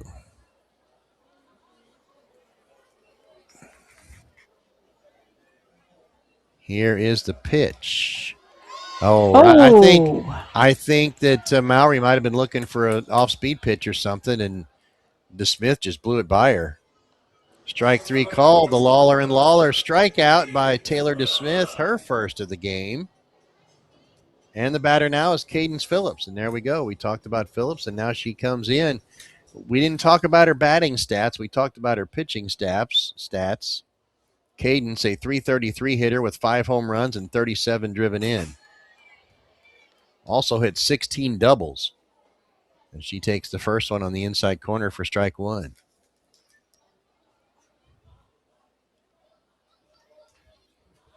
Here is the 0-1 pitch to Phillips. There's a bouncer foul. I wouldn't give her anything in the sweet spot. I wonder what the distance is here. It looks like it might be a little. They added extra panels. Usually they have fence panels behind home plate, and they put a different type of a backstop there, like the one that protects the pitcher during batting practice behind home plate, and they have the fence panels all out in the outfield. So they may have added some distance Because normally it's a straight 200. It looks like it's farther than But 200. yeah.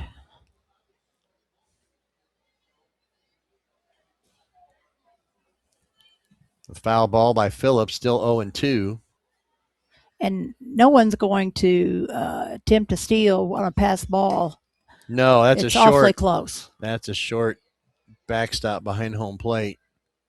Unless it like kicks up and bounces over that, and then I guess it would be out of play.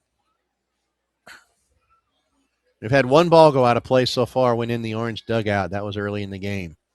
Here's another 0-2 pitch. Little up and in. 1 ball and 2 strikes.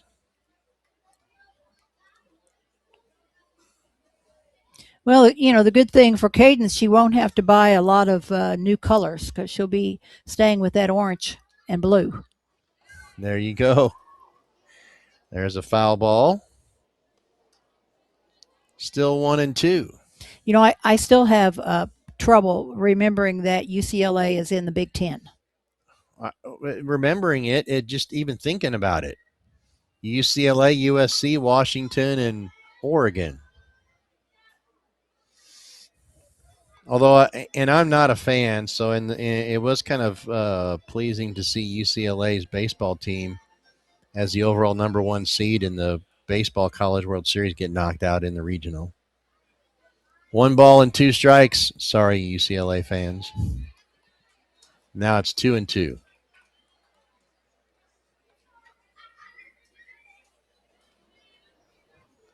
If I offended anyone, too bad. Just your opinion. Just my opinion. Here's the 2-2 pitch. There's a bouncer toward third. Third baseman with a nice play. Sidearm throw to first, and there is 2 outs.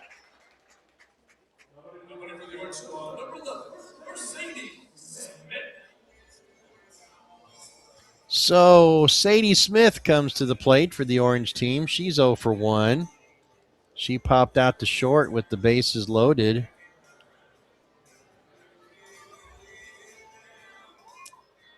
In the last inning, or in the 4th inning, rather.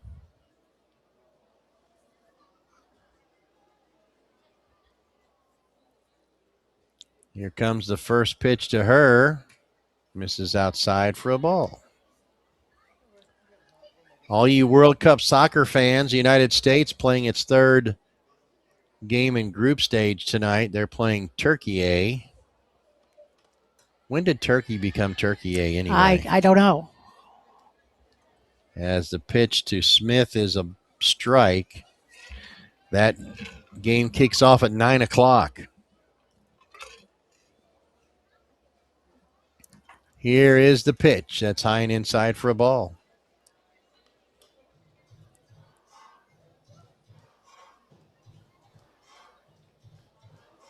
If I was home, I would be watching the Volts and hoping that they can get out of the basement in the pro softball league. They got a lot of good players.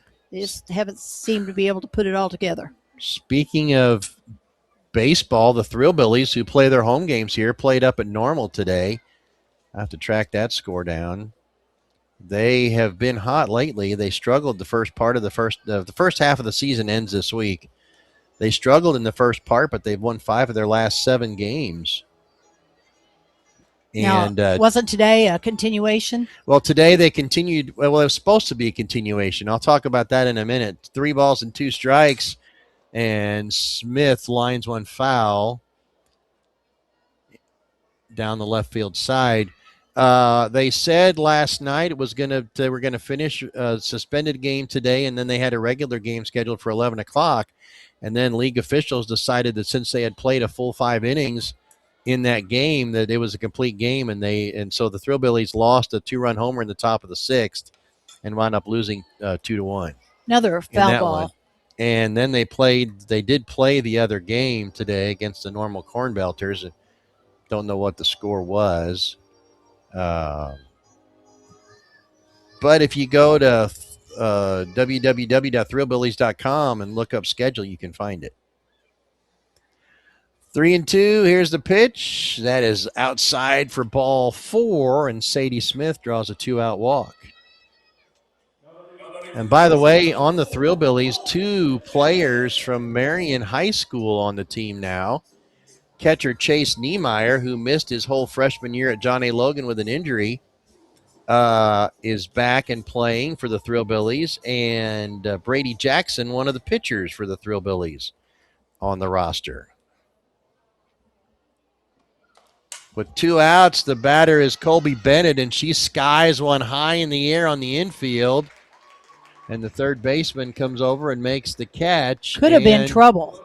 Yeah, it could. That was very high. But the catch is made, and we go to the bottom of the 6th inning. It's still 1-0 Orange team on the legendary WGGH and the Bird's Nest Facebook. We're back. Welcome back, everybody, here into the SI Roofing and Siding Shenanigans Suite. Don't forget, we're going to be naming in the 8th inning and 9th inning our winners for the Thrillbilly tickets. All you got to do is say "Go Thrillbillies" in the comments. Just like that. Pookies. We've got one winner. She's from Frankfurt, but we need 9 more. So tag them in the comments. Pookies. Okay, tag them in the comments. Also, we had one Nick Awesome. All you gotta do is just put the word Nick Awesome in, and I'm gonna give you free McDonald's. Okay? Tag your super fan from your town. We want to know who the best. It might be a photo. Might even be better. I don't know. I don't think you can tag those in the comments, but we can just try. Make sure it gets the most likes, and you're going to win this Texas Roadhouse gift basket. That's $80 worth of Texas Road food, and then some and rib rub. And what are you laughing at, Bubba? I don't know. That's okay. We're having a lot of fun here. This is what a game so far, Bubba. This is way closer than last year's game. Absolutely. It's also what's way closer is the Weeks booth, which is what we're sending it back to. Tim and Susan. Wave. Hey, I got to tell you, people, you're missing out on Pookie's. They have the best burgers in town. So, and I'm going to tell you this because they do have really good burgers, but I'm going to tell you this.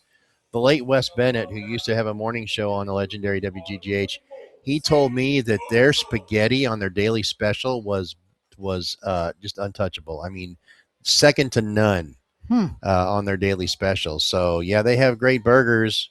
That's in their name, but their other stuff is pretty good too. Sadie Popejoy, the batter, takes ball 1 and now ball 2 as Audrey Ortega works her 3rd inning in the pitcher's circle. And here comes the 2-0 pitch to Popejoy, and that one is outside for ball 3. You're not giving her anything to hit. No, and I tell you what, they're flirting with danger because it's just a 1-run game, and one thing you don't want to do is put the leadoff hitter on. Absolutely.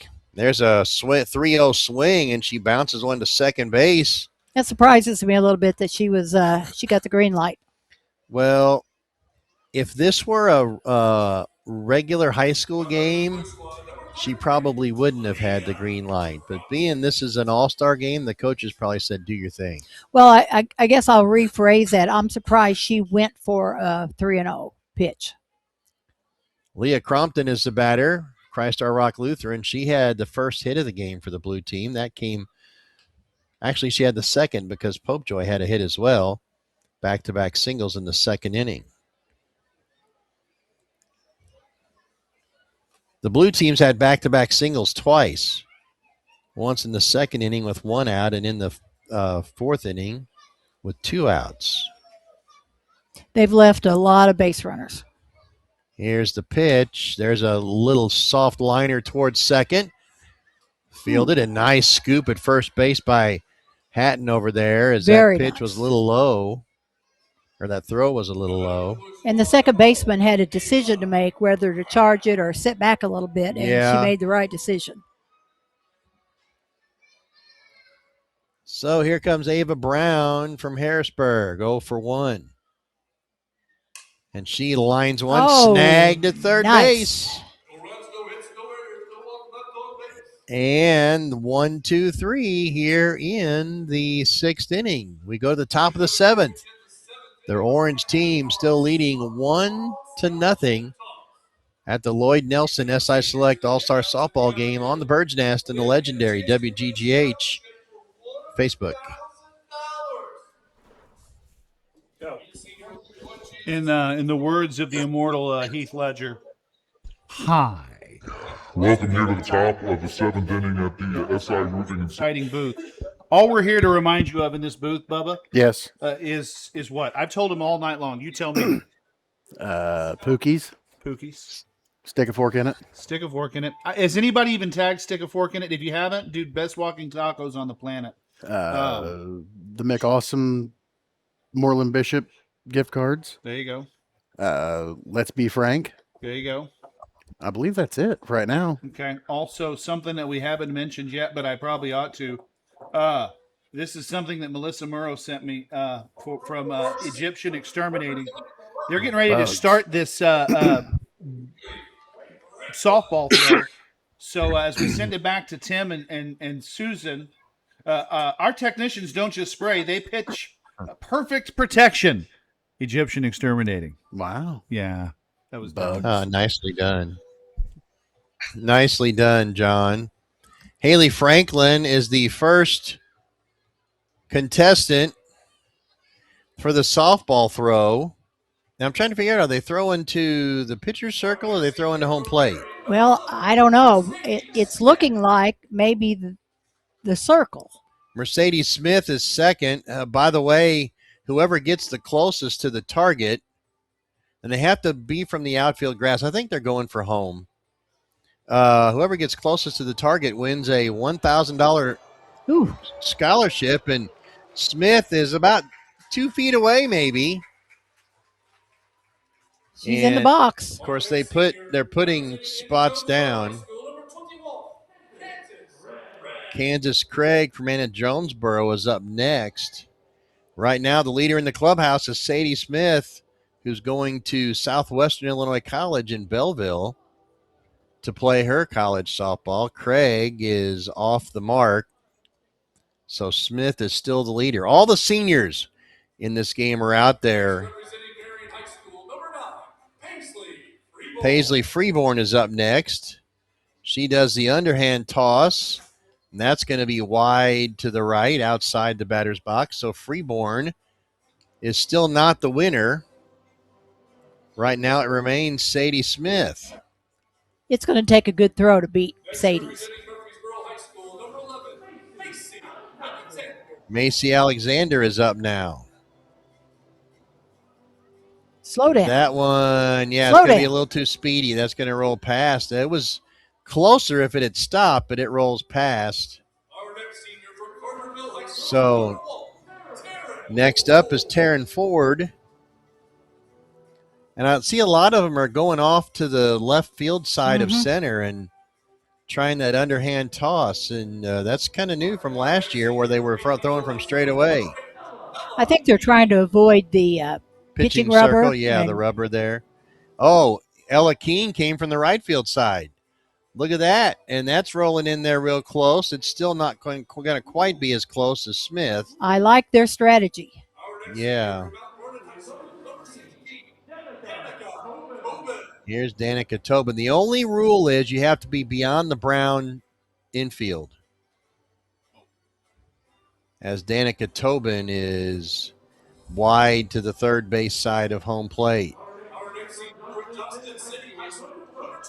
Here comes Mackenzie Mowry. She's throwing from right field. This one looks like it's got a chance, and no, it's going to stay out too close to the pitcher circle. Right now, Sadie Smith is still the leader in the clubhouse. Jada Burnett Hatton will toss one. That's on target. Slow down. That is, and it's drifting to the right. My. And that is probably a little bit closer.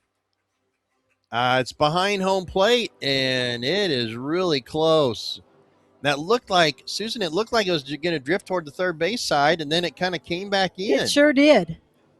They're going to mark her down, and they're going to keep them both there, and they're going to measure it. They're going to measure, and where it sits now behind home, it might be a little too far away where that sticker sits. I don't know. Here's Cadence Phillips. She wants to add to her full scholarship to Illinois with a little bit of extra spending money, and she is not going to do so. She winds up too close to the pitcher. She threw from the right field, too.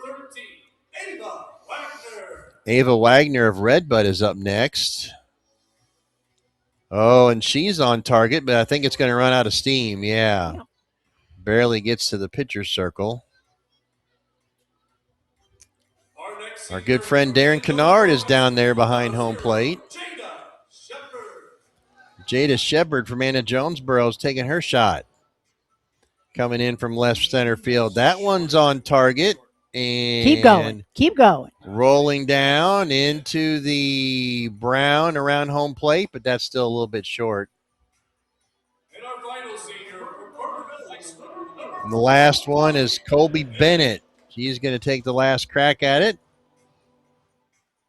And I think she got it up in the air a little bit too much. It's bouncing and rolling, and it's drifting toward the third base side. So what do you got? You got Jada Burnett Hatton and Sadie Smith, and they're going to have to get a tape measure out and measure it and see which one's closer.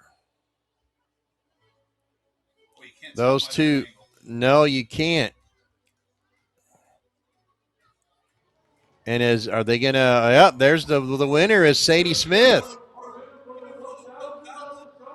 So Mercedes Smith, known as Sadie, gets a $1,000 scholarship, and she'll continue her education at Southwestern Illinois College, where she'll join her former teammate, Caitlin Royce. And Mercedes, actually, Caitlin's probably graduated now from SWIC, but Mercedes is going to be there, and that's where she'll play softball. So congratulations to Sadie Smith. Have you got anybody over there yonder right now, John, or is everybody here? All right. You have a Bubba. They can manage. All right. Well, we're going to send it over to Bubba for a minute while the teams come out for the top of the seventh inning. The Orange team still leads at 1-0 on the legendary WGGH and the Bird's Nest Facebook. Hey, there we go. We had the closest to the plate, their competition for the, what is it, $1,000 scholarship? We're the best Sadie one here. Smith from Marion. Congratulations. Blue team taking the field. If you haven't already commented on all the media outlets we've got going on right now, Pookie's, gift cards, 10 of them we got to give out for $10 for Pookie's. What is that, burgers, beer, and bocce? I would do it in that order. I do burgers, beer, then bocce. That's, you got to build up that courage to play the bocce, so you got to do the beer before that. What do we got? Stick a fork in a gift card to give away. We got Let's Be Frank. We've got all the McAwesome gift cards from McDonald's, and I don't know when we're going to be doing. I don't think we've done the Texas Roadhouse package we've got to give away. Anyway, get on there, comment all those things. Pookie's, let's stick a fork in it. Let's Be Frank.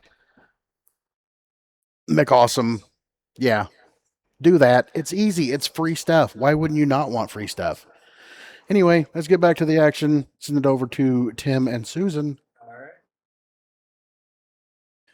Thank you, guys. And the new pitcher for the blue team is Maddie House from ZRC.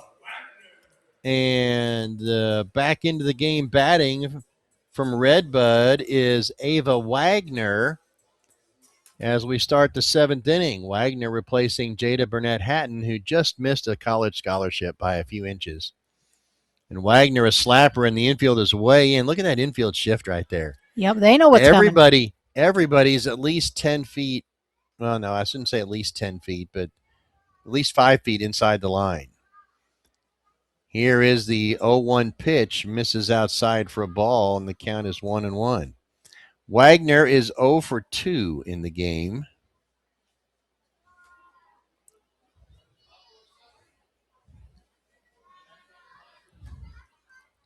And she takes one low for a ball. Got by the catcher, I suppose. It kind of ricocheted off of a shin guard.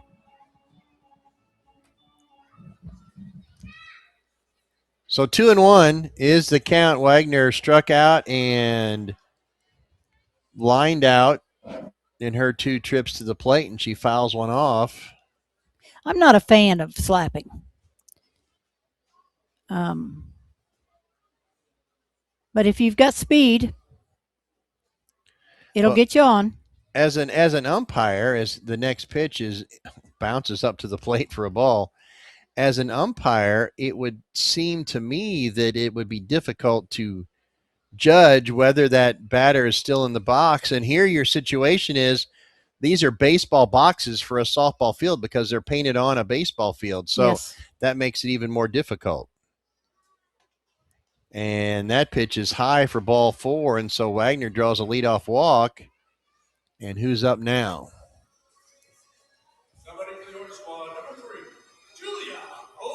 Julia Olau back in from Redbud. Olau was 2 for 2 when she was in with a double and a single, and here comes the pitch to her, and that is low and outside for a ball. We know that leadoff walk is usually a run. 1 ball and no strikes. The next pitch is a bouncer toward first, fielded there at first. They step on the bag as Wagner heads down to second. And the batter now is J.C. Webb. So they're going back to the original batters here. We saw her make a nice play from short earlier in the game. Pitch to Webb. Misses low and outside for a ball. Do want to share for people who are watching. They've just issued a special weather statement for Marion. There's a thunderstorm that is south of town and moving to the northeast, so it should skirt to the east of Marion, probably around the Pittsburgh area or near the Saline County line, and it's not severe, but there is a special weather statement out for that. So we'll be keeping an eye on that, looking to the east here in a little bit. Thank you for that, Tim. It just popped up on my phone. What can I say? 1 ball and 1 strike, 1 out, runner on second, and the pitch bounces to the plate. And runner to third. Yeah, and that's the really ball in the dirt. That's got to be a stolen base because she was off and running before the ball got to the catcher. But Wagner now at third base with a chance to add to this lead with 1 out. And here is the pitch. That one at the top of the zone for a strike. And right down the middle. 2 balls and 2 strikes.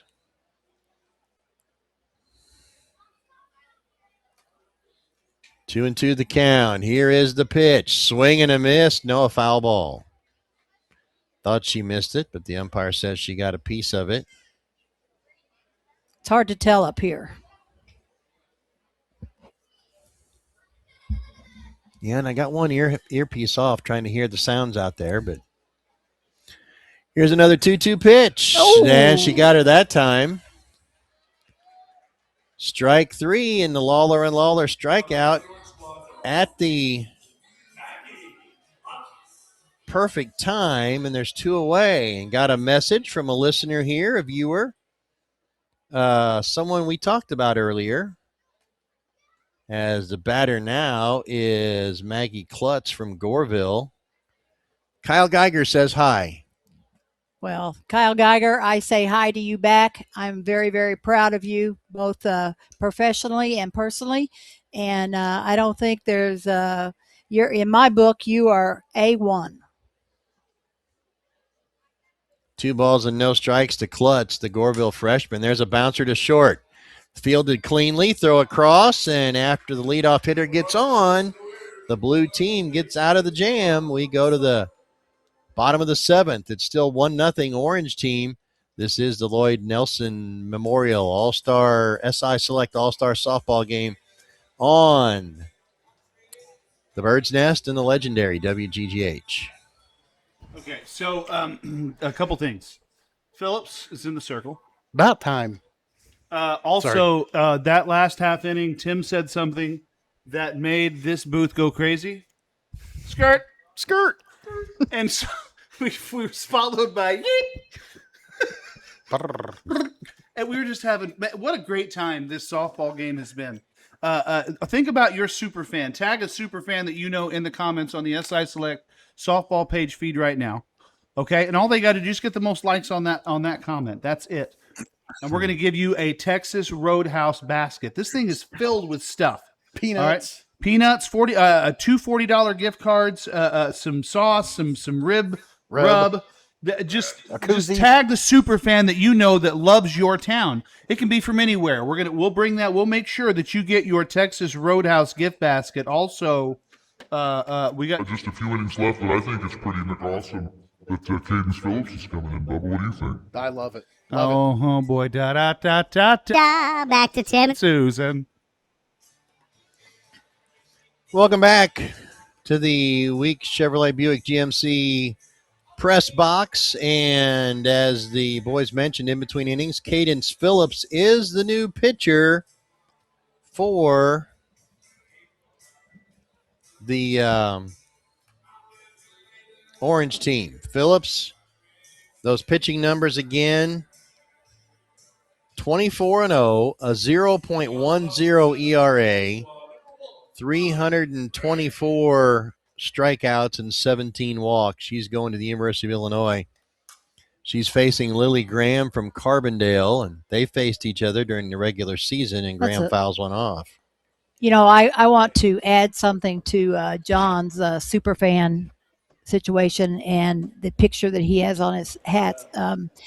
I was one of Jason Pierce's teachers, and while he was in high school, I was coaching softball. And many years later, after I quit coaching, he could tell me what our record was and what the pitcher's record was and what games we won and what games we should have won. He remembered more. And there's a fly ball to the catcher. He absolutely had an outstanding memory, and stats was his thing. And I know he did that for all the Redbird sports. But I had such a strong connection to Jason, and may he rest in peace. And I'm glad that you're keeping his face on your hats. One out, the batter is Haley Franklin, and she offers and misses a bunt for strike one. We got Carterville and Carterville, right? In the the battery. Cadence Phillips is the pitcher, and Colby Bennett is the catcher. And Bennett made that catch on that foul pop as Franklin swings and misses for strike two. Haley Franklin 0 for 1, the Trico product. Bats left-handed. By the way, that storm we talked about south of town has now got a severe thunderstorm warning attached to it. Again, it's going to pass to the east and is not threatening the city of Marion. Here's the 0-2 pitch. Just misses outside for a ball. Yeah, and the Orange coaches did exactly what I thought they would, Susan, and that is they've got Cadence Phillips in the pitcher circle to finish her high school career where she is the most comfortable in this All-Star game. And she gets the Lawler and Lawler strikeout for out number 2. Well, it's only fitting that that Phillips would be in the circle for the last out of the Orange team. She's earned it, and I'm glad the fans are getting a chance to see her pitch. Yeah, and there's still quite a few people here, too. Nobody has left yet. Well, it's a 1-0 game, Tim. It is. It's a good game. Last year, the most exciting part of the game was the softball throw for the scholarship. I mean, not that it wasn't exciting to watch teams score a lot of runs, but this one has people on the edge of their seats as Bradley Williams takes a strike. It's 0-1. Williams, the freshman from Waltonville, Susser-Valier, and she's a sophomore now. Okay, the school year's over. Have to give her, the fact that she's a sophomore. She takes strike 2. But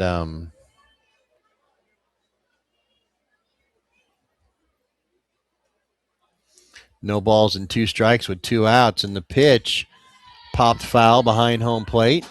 Out of play in the seats right in front of us. Somebody missed an opportunity there. Still 0-2. We still have that one McDonald's to give away. It may be for this last 3-inning performance by Cadence Phillips, as there's another foul ball back to the screen. We'll have to see. 1 strikeout already, and the 2 outs, and the other one is a pop-up foul to the catcher. And she's trying to close the door. And here is the pitch, swinging a bouncer foul on the first base side. Williams stays alive.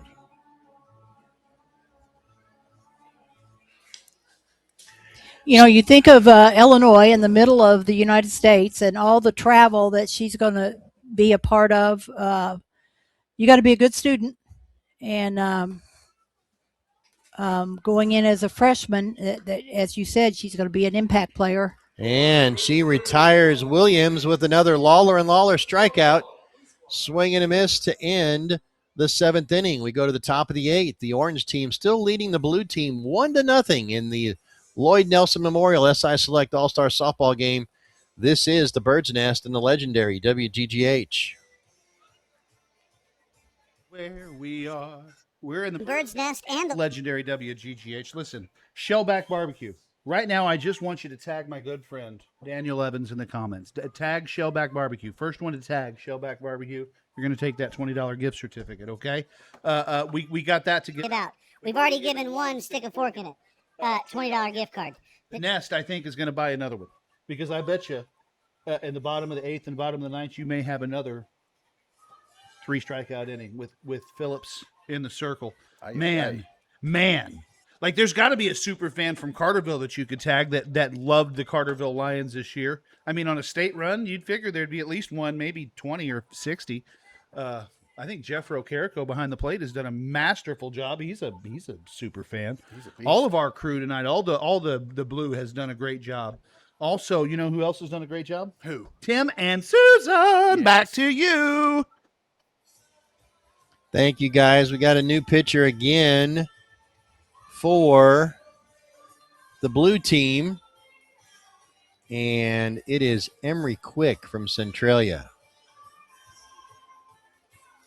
Emery Quick in the pitcher circle here for the top of the 8th inning, and we'll see who she's going to face. It originally was Paisley Freeborn, but if they're rotating all the new players in, I'm not sure.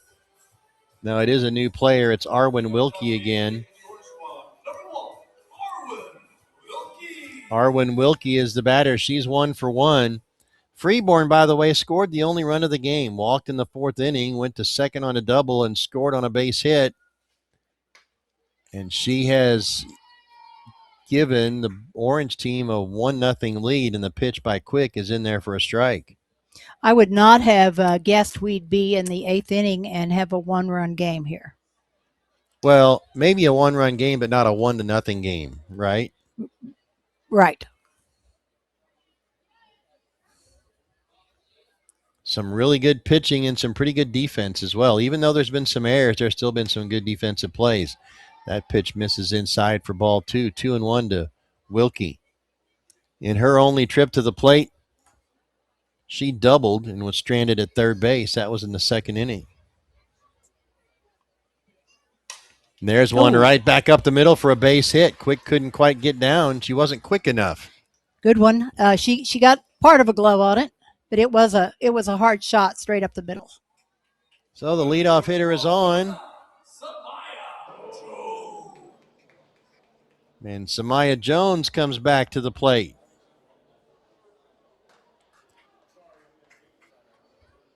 Jones is 0 for 1.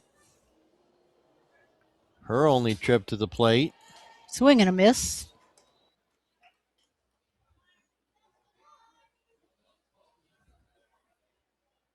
I feel a run scoring here. Here comes the 0-1 pitch. That's on the inside corner for strike 2.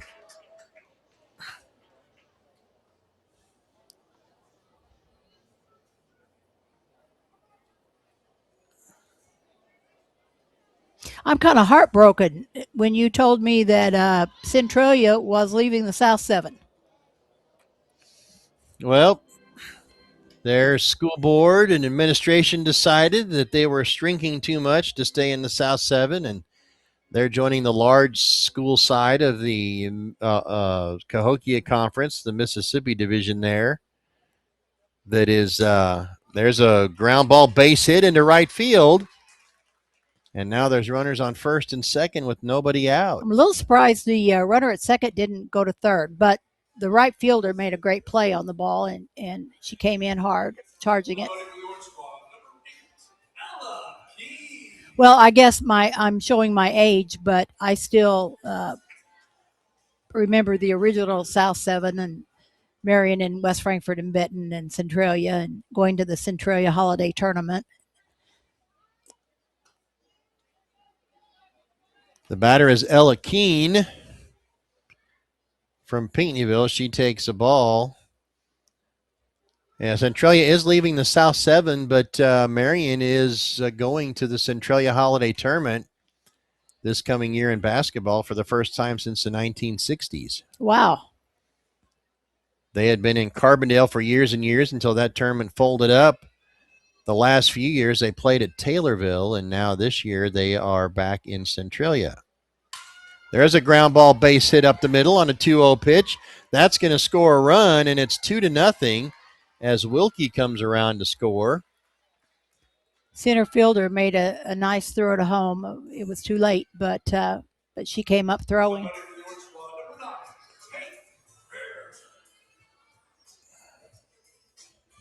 And now Peyton Crair for Redbud is up. She pops one up on the infield, and that's going to be an infield fly rule, and there's one away as it's caught by the shortstop. So here you go, the infield fly rule.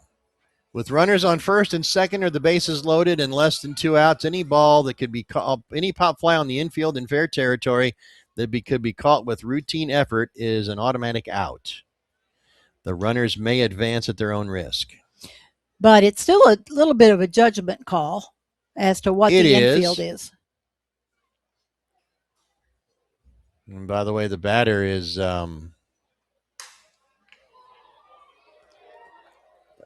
that's Buss from Oakville, and she launches one hop over the left field fence for a ground rule double. J.C. Buss with a double. And a run scores. And it's now 3-0. And now the batter is Paisley Freeborn. And she bounces one up the middle for a base hit and an RBI. And another run scores. Yeah, and we are just moving batters around all over the place.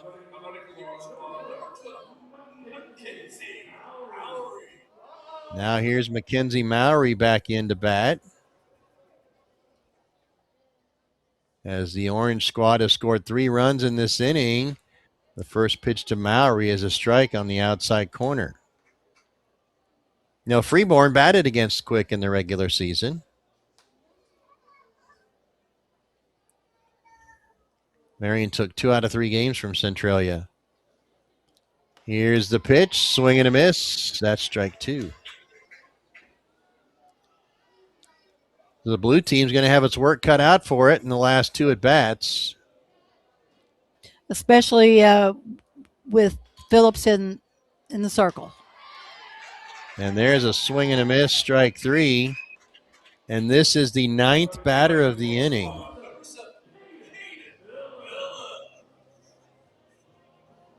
And Cadence Phillips is up. Runners on first and third, 2 outs.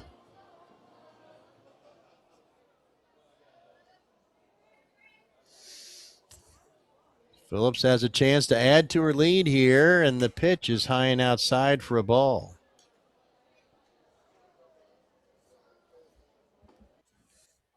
I was starting to count. 1, 2, 3, 4, 5, 6 hits so far in the inning. 5 hits so far in the inning for the Orange team.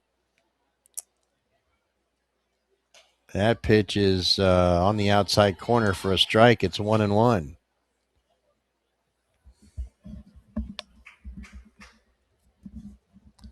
Phillips facing Emery Quick from Centralia. Here comes the pitch. She fouls one back to the net. Now it's 1-2.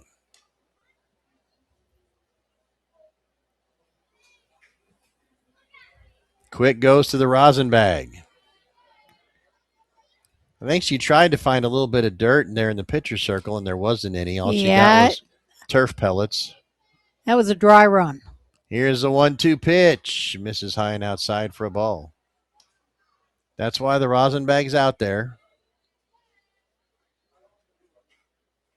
She did it again. I don't know what's right behind the. Maybe she's just wanting to try to dry her hands a little bit. Here comes the 2-2 pitch. Change up, bouncer toward third. Fielded, the throw across is high, and she came down. Nice play by the first baseman to go up and come back down on the bag and get the out. We will go to the bottom of the eighth. The blue team adds 3 more runs, or the orange team, rather, adds 3 more runs. They lead at 4-0.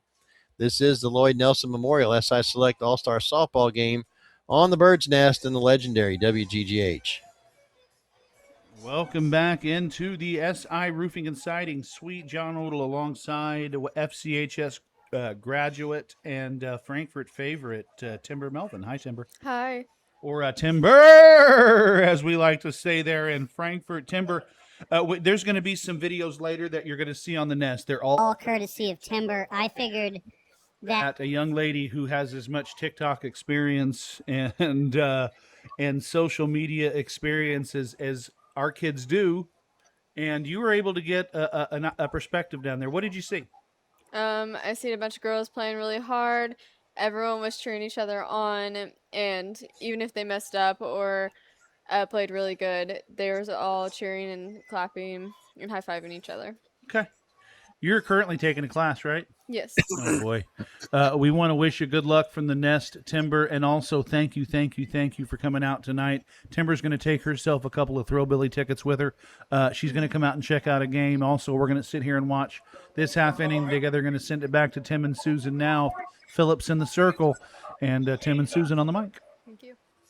She's got to feel a little bit better coming out with this many runs behind her. Yeah, 4 runs for Cadence Phillips is like 23 runs for a lot of other pitchers. As she faces Elisa Shane Beckler to start the inning, and the first pitch is a swinging strike. You know, if she strikes out the side in this inning, we're giving away 2 things. 2 things. Of course, if they strike out the side, the stick a fork in it, $20 gift certificate. But I think if she strikes out the side, there might be another adjective for that too. That was a foul ball back. No balls and 2 strikes to Shane Beckler, who is 0 for 1. She struck out looking. With 18 batters, you don't get around as many times. That pitch is high for a ball. Although, we've seen all 18 bat at least twice for the orange team, I think, too. I think so. But they do have 4 runs and 10 hits. 1 ball and 2 strikes to Alyssa Shanebeckler.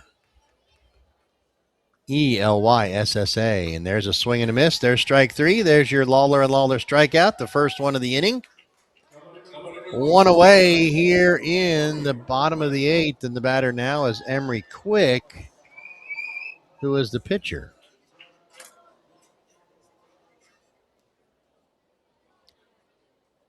Well, we're a third of the way there. Yes, we are. Here is the pitch to Quick, and that one's high for a ball. What did Emery Quick do in her last trip? She reached on an error. Wound up at second base. Didn't get any farther. Here's the 1-0 pitch to Quick, and that's high for ball 2.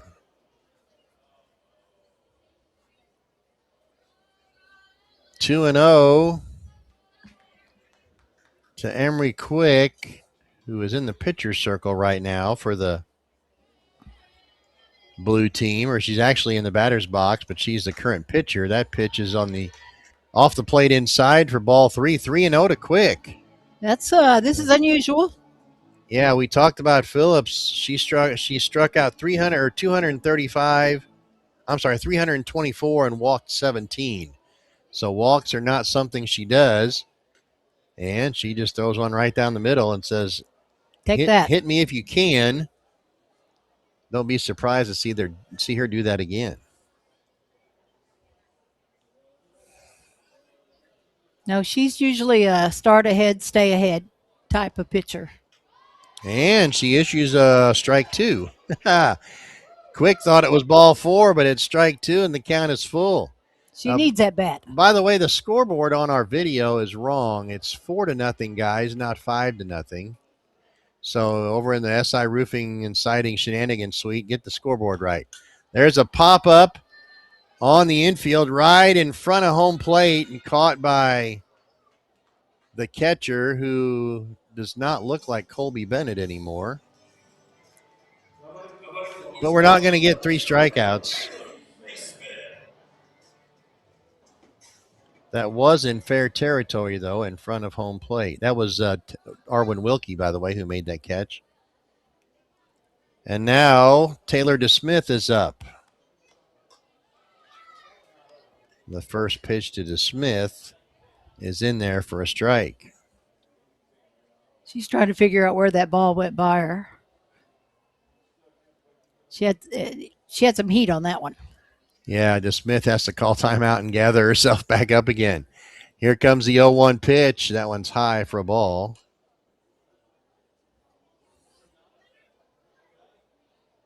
The radar gun says 61. That would not surprise me. Here's the 1-1 pitch. That's in there for strike 2. Pretty pitch.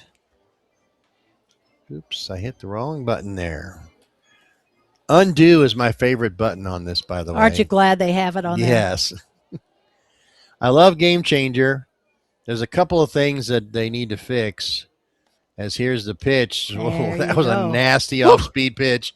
That's strike 3, another strikeout. And I'm going to tell you what, even though she didn't strike out the side, that pitch right there, probably the nastiest pitch of the game. And to me, that was a McAwesome pitch.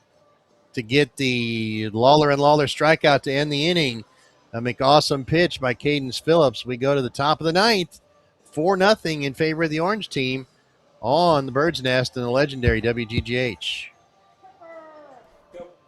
Welcome back into the SI Roofing and Siding Suite. It is 9:07 past Timber's bedtime, but I got permission. We got permission. Okay. Ted the Legend Wren has been on camera all night. We do appreciate Teddy out there.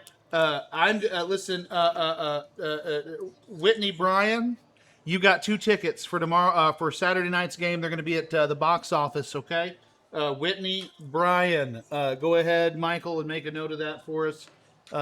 Whitney Bryan, you're a winner of 2 tickets to the Thrillbillies.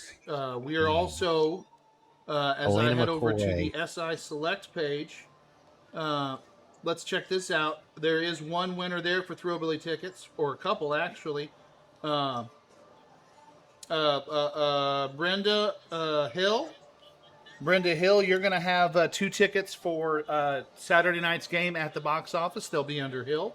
Also, but that's what we got so far. Listen, somebody else in that comment section tag Go Thrillbillies. We'll send it back to Tim and Susan here in a second. Timber, real quick question: if you had one band to listen to for the rest of your life, what band is it going to be?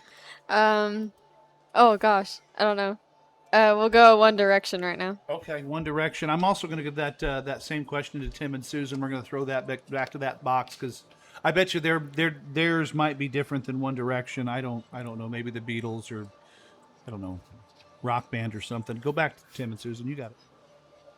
All right. The new pitcher for the blue team is Alina McCoy. All right, Susan, you go ahead and answer that question. Well, I don't know that I'll go with a band, but I would certainly not miss a chance to see Riley Green. Okay. For the rest of my life, see, that's tough because I can think of,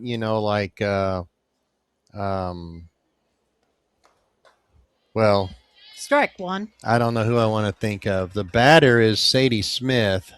She got a good look at that one, but didn't swing. No balls and a strike. The next one is low for a low. ball. 1-1. Matthew West or someone like that, obviously, if you have to listen for the rest of your life. But I think the first thing that popped to my mind was Queen. And probably because I had every one of their albums when I was growing up. And I know most of their songs. I can sing along with a lot of their songs. 1 ball and 2 strikes, the count to Sadie Smith. That's in the dirt for a ball, and the count is 2-2. I was kind of waiting for you to strike up We Are the Champions. Yeah, not going to happen. Okay. Not going to happen. That's not one of my favorite Queen songs anyway. It certainly Probably. got played a lot. It did. You're right. And as the 2-2 pitch comes to Smith, she bounces one toward deep in the hole, gets past the second baseman, about between first and second, just out of the reach of the second baseman, and a single for Smith. And the orange team has base runners again. That didn't have any hop to it. It died. Yeah, it stuck to the ground, right? Sure did. And the batter now is Colby Bennett. The first pitch to Bennett is a ball. No, and surprisingly, people may think, he likes Bohemian Rhapsody. I like that song, but that's not my favorite Queen song either. So 1-0 the count. That one gets away from the catcher, and Smith is on her way to second. On the wild pitch. We haven't seen many of those tonight. No. Two runners have advanced on wild pitches in the game. But a runner in scoring position with nobody out. The pitch to Bennett is low and outside for a ball. It's 3-0.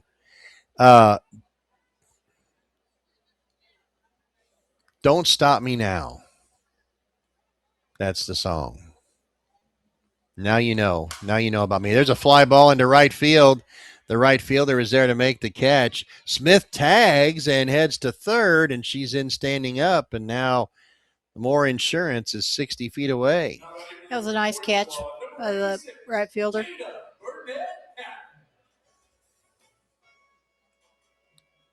Sadie Smith tagged up on the fly ball, and the batter is Jada Burnett Hatton. And she loops one foul on the first base side, and it is caught over there for the second out of the inning. So that's one way to get yourself out of trouble.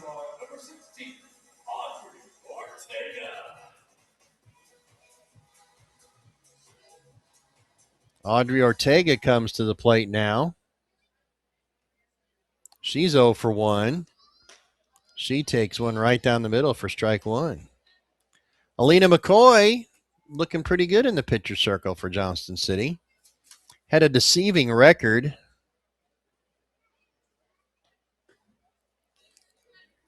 She was 4-8 for the season, had an earned run average of 2.45. Lefties are just hard to come by, especially lefty pitchers. We've seen a lot of left-handed batters tonight, though. We have. One of the pitchers that's not in the game tonight, Alana Bryant, who didn't play because we're told she had an injury. We don't know what it is and don't really need to know, but we wish her well. But she was a left-handed pitcher, or is a left-handed pitcher. She's going to University of Dayton. There's a ball that takes a sideways hop into foul territory. University of Dayton's a nice school. We have a West Frankfort alumni that is a professor there. Bryant was a pitcher, but she also hit .490 for the season. That pitch is low and away for a ball. It's 2-2 now to Audrey Ortega. As after they went through that first round of 3 innings and 3 innings, the orange team has substituted every other batter. I mean, every other time they go through the lineup, they put the one in to that rotation again. They've done a nice job of switching him in and out, I think. Yeah, so I mean, basically, you're doing the same thing as you are by batting 18. Just you're getting them in a lot. Here's a 3-2 pitch, and it catches the inside corner. That's strike 3 to Audrey Ortega, and the Lawler and Lawler strikeout by Alina McCoy ends the inning with a runner on third base, and now the blue team has work to do in the bottom of the ninth against Cadence Phillips. Yeah, good luck. It's 4-0 as we head to the bottom of the ninth. The orange team on top. This is the Bird's Nest and the legendary WGGH. Did you say and go? Okay, we're back over here in the silly shenanigan suite. I guess it's called. I don't know. Close enough. Close enough. Yeah. What do we got going on now? Anything? No. Bottom of the ninth. We got 4-0 the score. Cadence Phillips on the mound. The blue team hasn't scored all night, so I'm going to go out on a limb and say it's going to end 4-0. What do you think? No, I say we should have hope. No. Blue's going to score this round. Blue's going to score this inning. Yep. Okay. You want to bet on that? No. Okay, good, because I don't either. All right, we'll send it back. We got not a whole lot going on over here. We're just kind of watching the game and having fun. So here we go, back to Susan and Tim. Alina McCoy is up for Johnston City, and the blue team here in the bottom of the ninth facing Cadence Phillips. The first pitch is a strike called. We talked about, I want to mention that thunderstorm, by the way. Oh, what did I do? I got to undo this. Low ball. And no, I don't. Okay. 1-1's a count. Yeah. That thunderstorm south of town is still there. It's not really moving. And that's part of why there's going to be flood warnings later in a lot of areas because once these storms start, they're going to kind of sit still. But it's still south and east of town. It did have a severe thunderstorm warning on it, but it's not close enough yet. 1 ball and 2 strikes. So in case you're wondering about the weather. McCoy, who pitched the last inning, takes strike 3 on the outside corner, and now there's 1 away.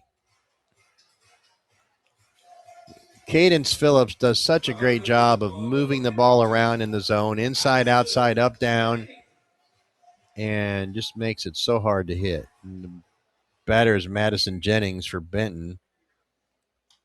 There's a swing and a miss. That looked like an off-speed pitch of some sort, and Jennings was way out in front. 60. I don't know. Maybe she was just guessing and guessed too soon. It did have a little different spin to it.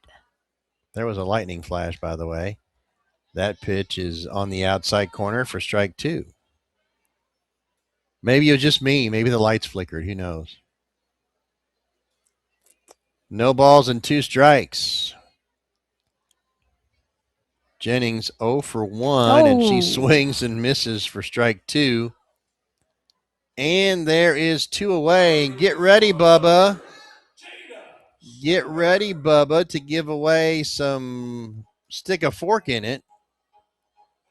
Although Jada Shepard is up, and she is a 374 hitter, so she may eliminate the 3 strikeouts in an inning. Here's the pitch, swing and a miss, strike 1, or maybe Cadence, not. Cadence is firing on all cylinders. She's in the zone right now, yeah. And this, by the way, is why she came in. Again, I'll say it. This is why she pitched the last. This is the last thing people are going to see of Cadence Phillips in Southern Illinois, as there's another swinging strike, and it's 0-2. She is 1 strike away from slamming the door on the blue team. And here is the pitch. And there it is. Strike 3 called as Phillips strikes out the side. And that's the ball game. 3 Lawler and Lawler strikeouts, and somebody else just won a $20 gift certificate from Stick a Fork in It. John Odell says the best walking tacos in town or in the country or wherever, in the world maybe.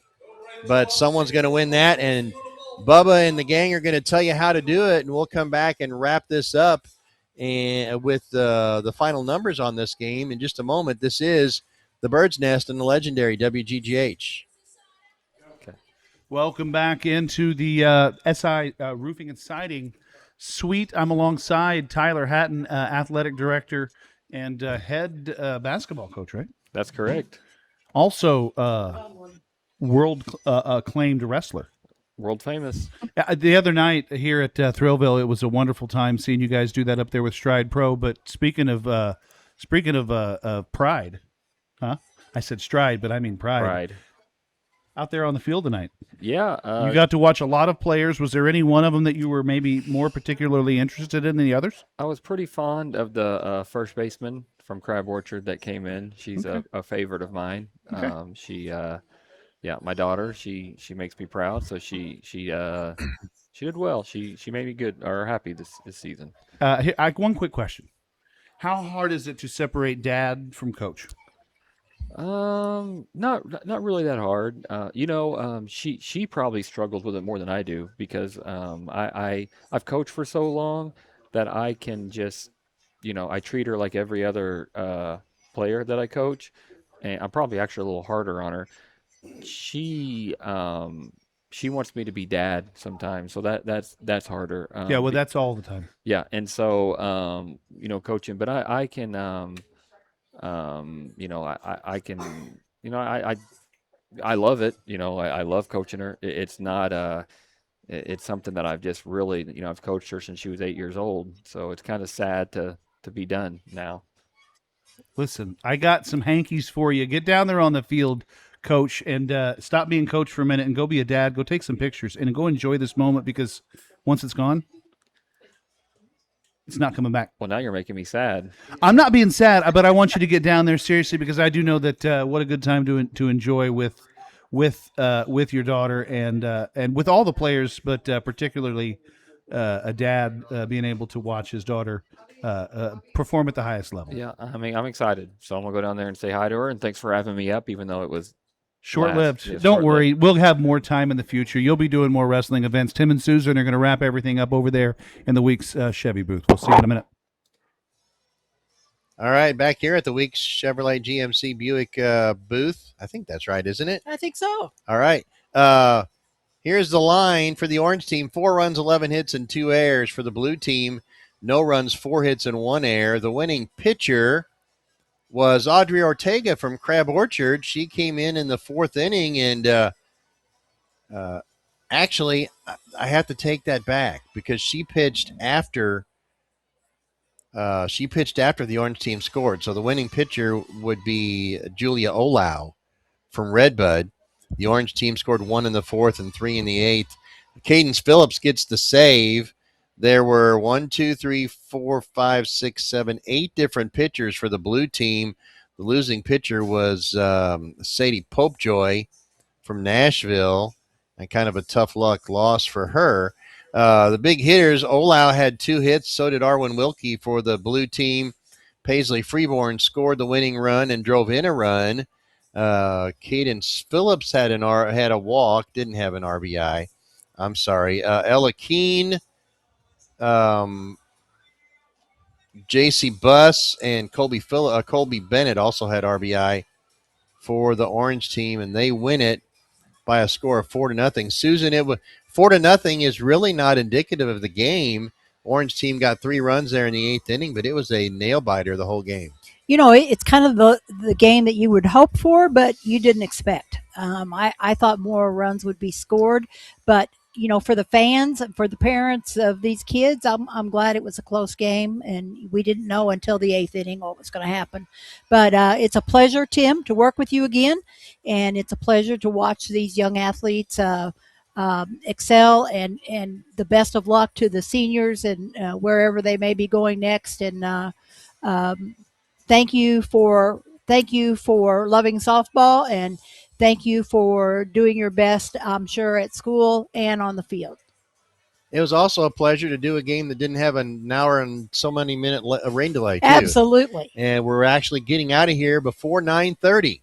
And I don't know what else on the post game they've got over in the SI Roofing and Siding Shenanigans Suite, but here in the Weeks Chevy Buick GMC broadcast booth, I'm Tim Petrovich, Susan Malkovich alongside. We'll sign off and send things over to John and Bubba and Michael and all the gang in the Shenanigan Suite.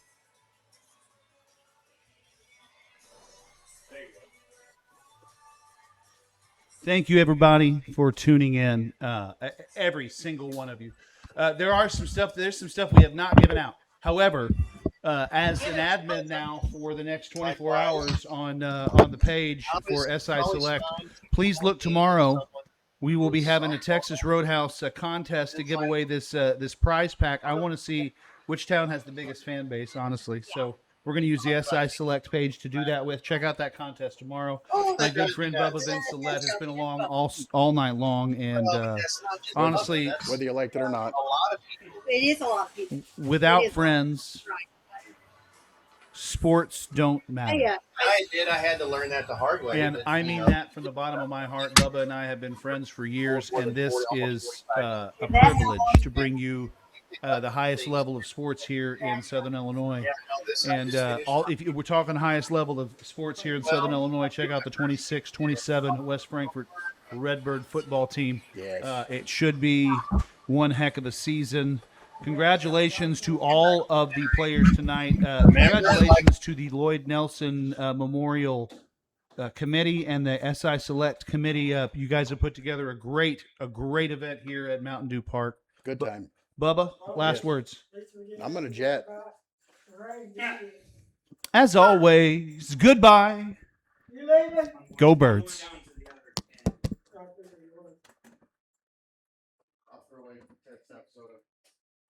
You want it? You finish that? Nobody likes you.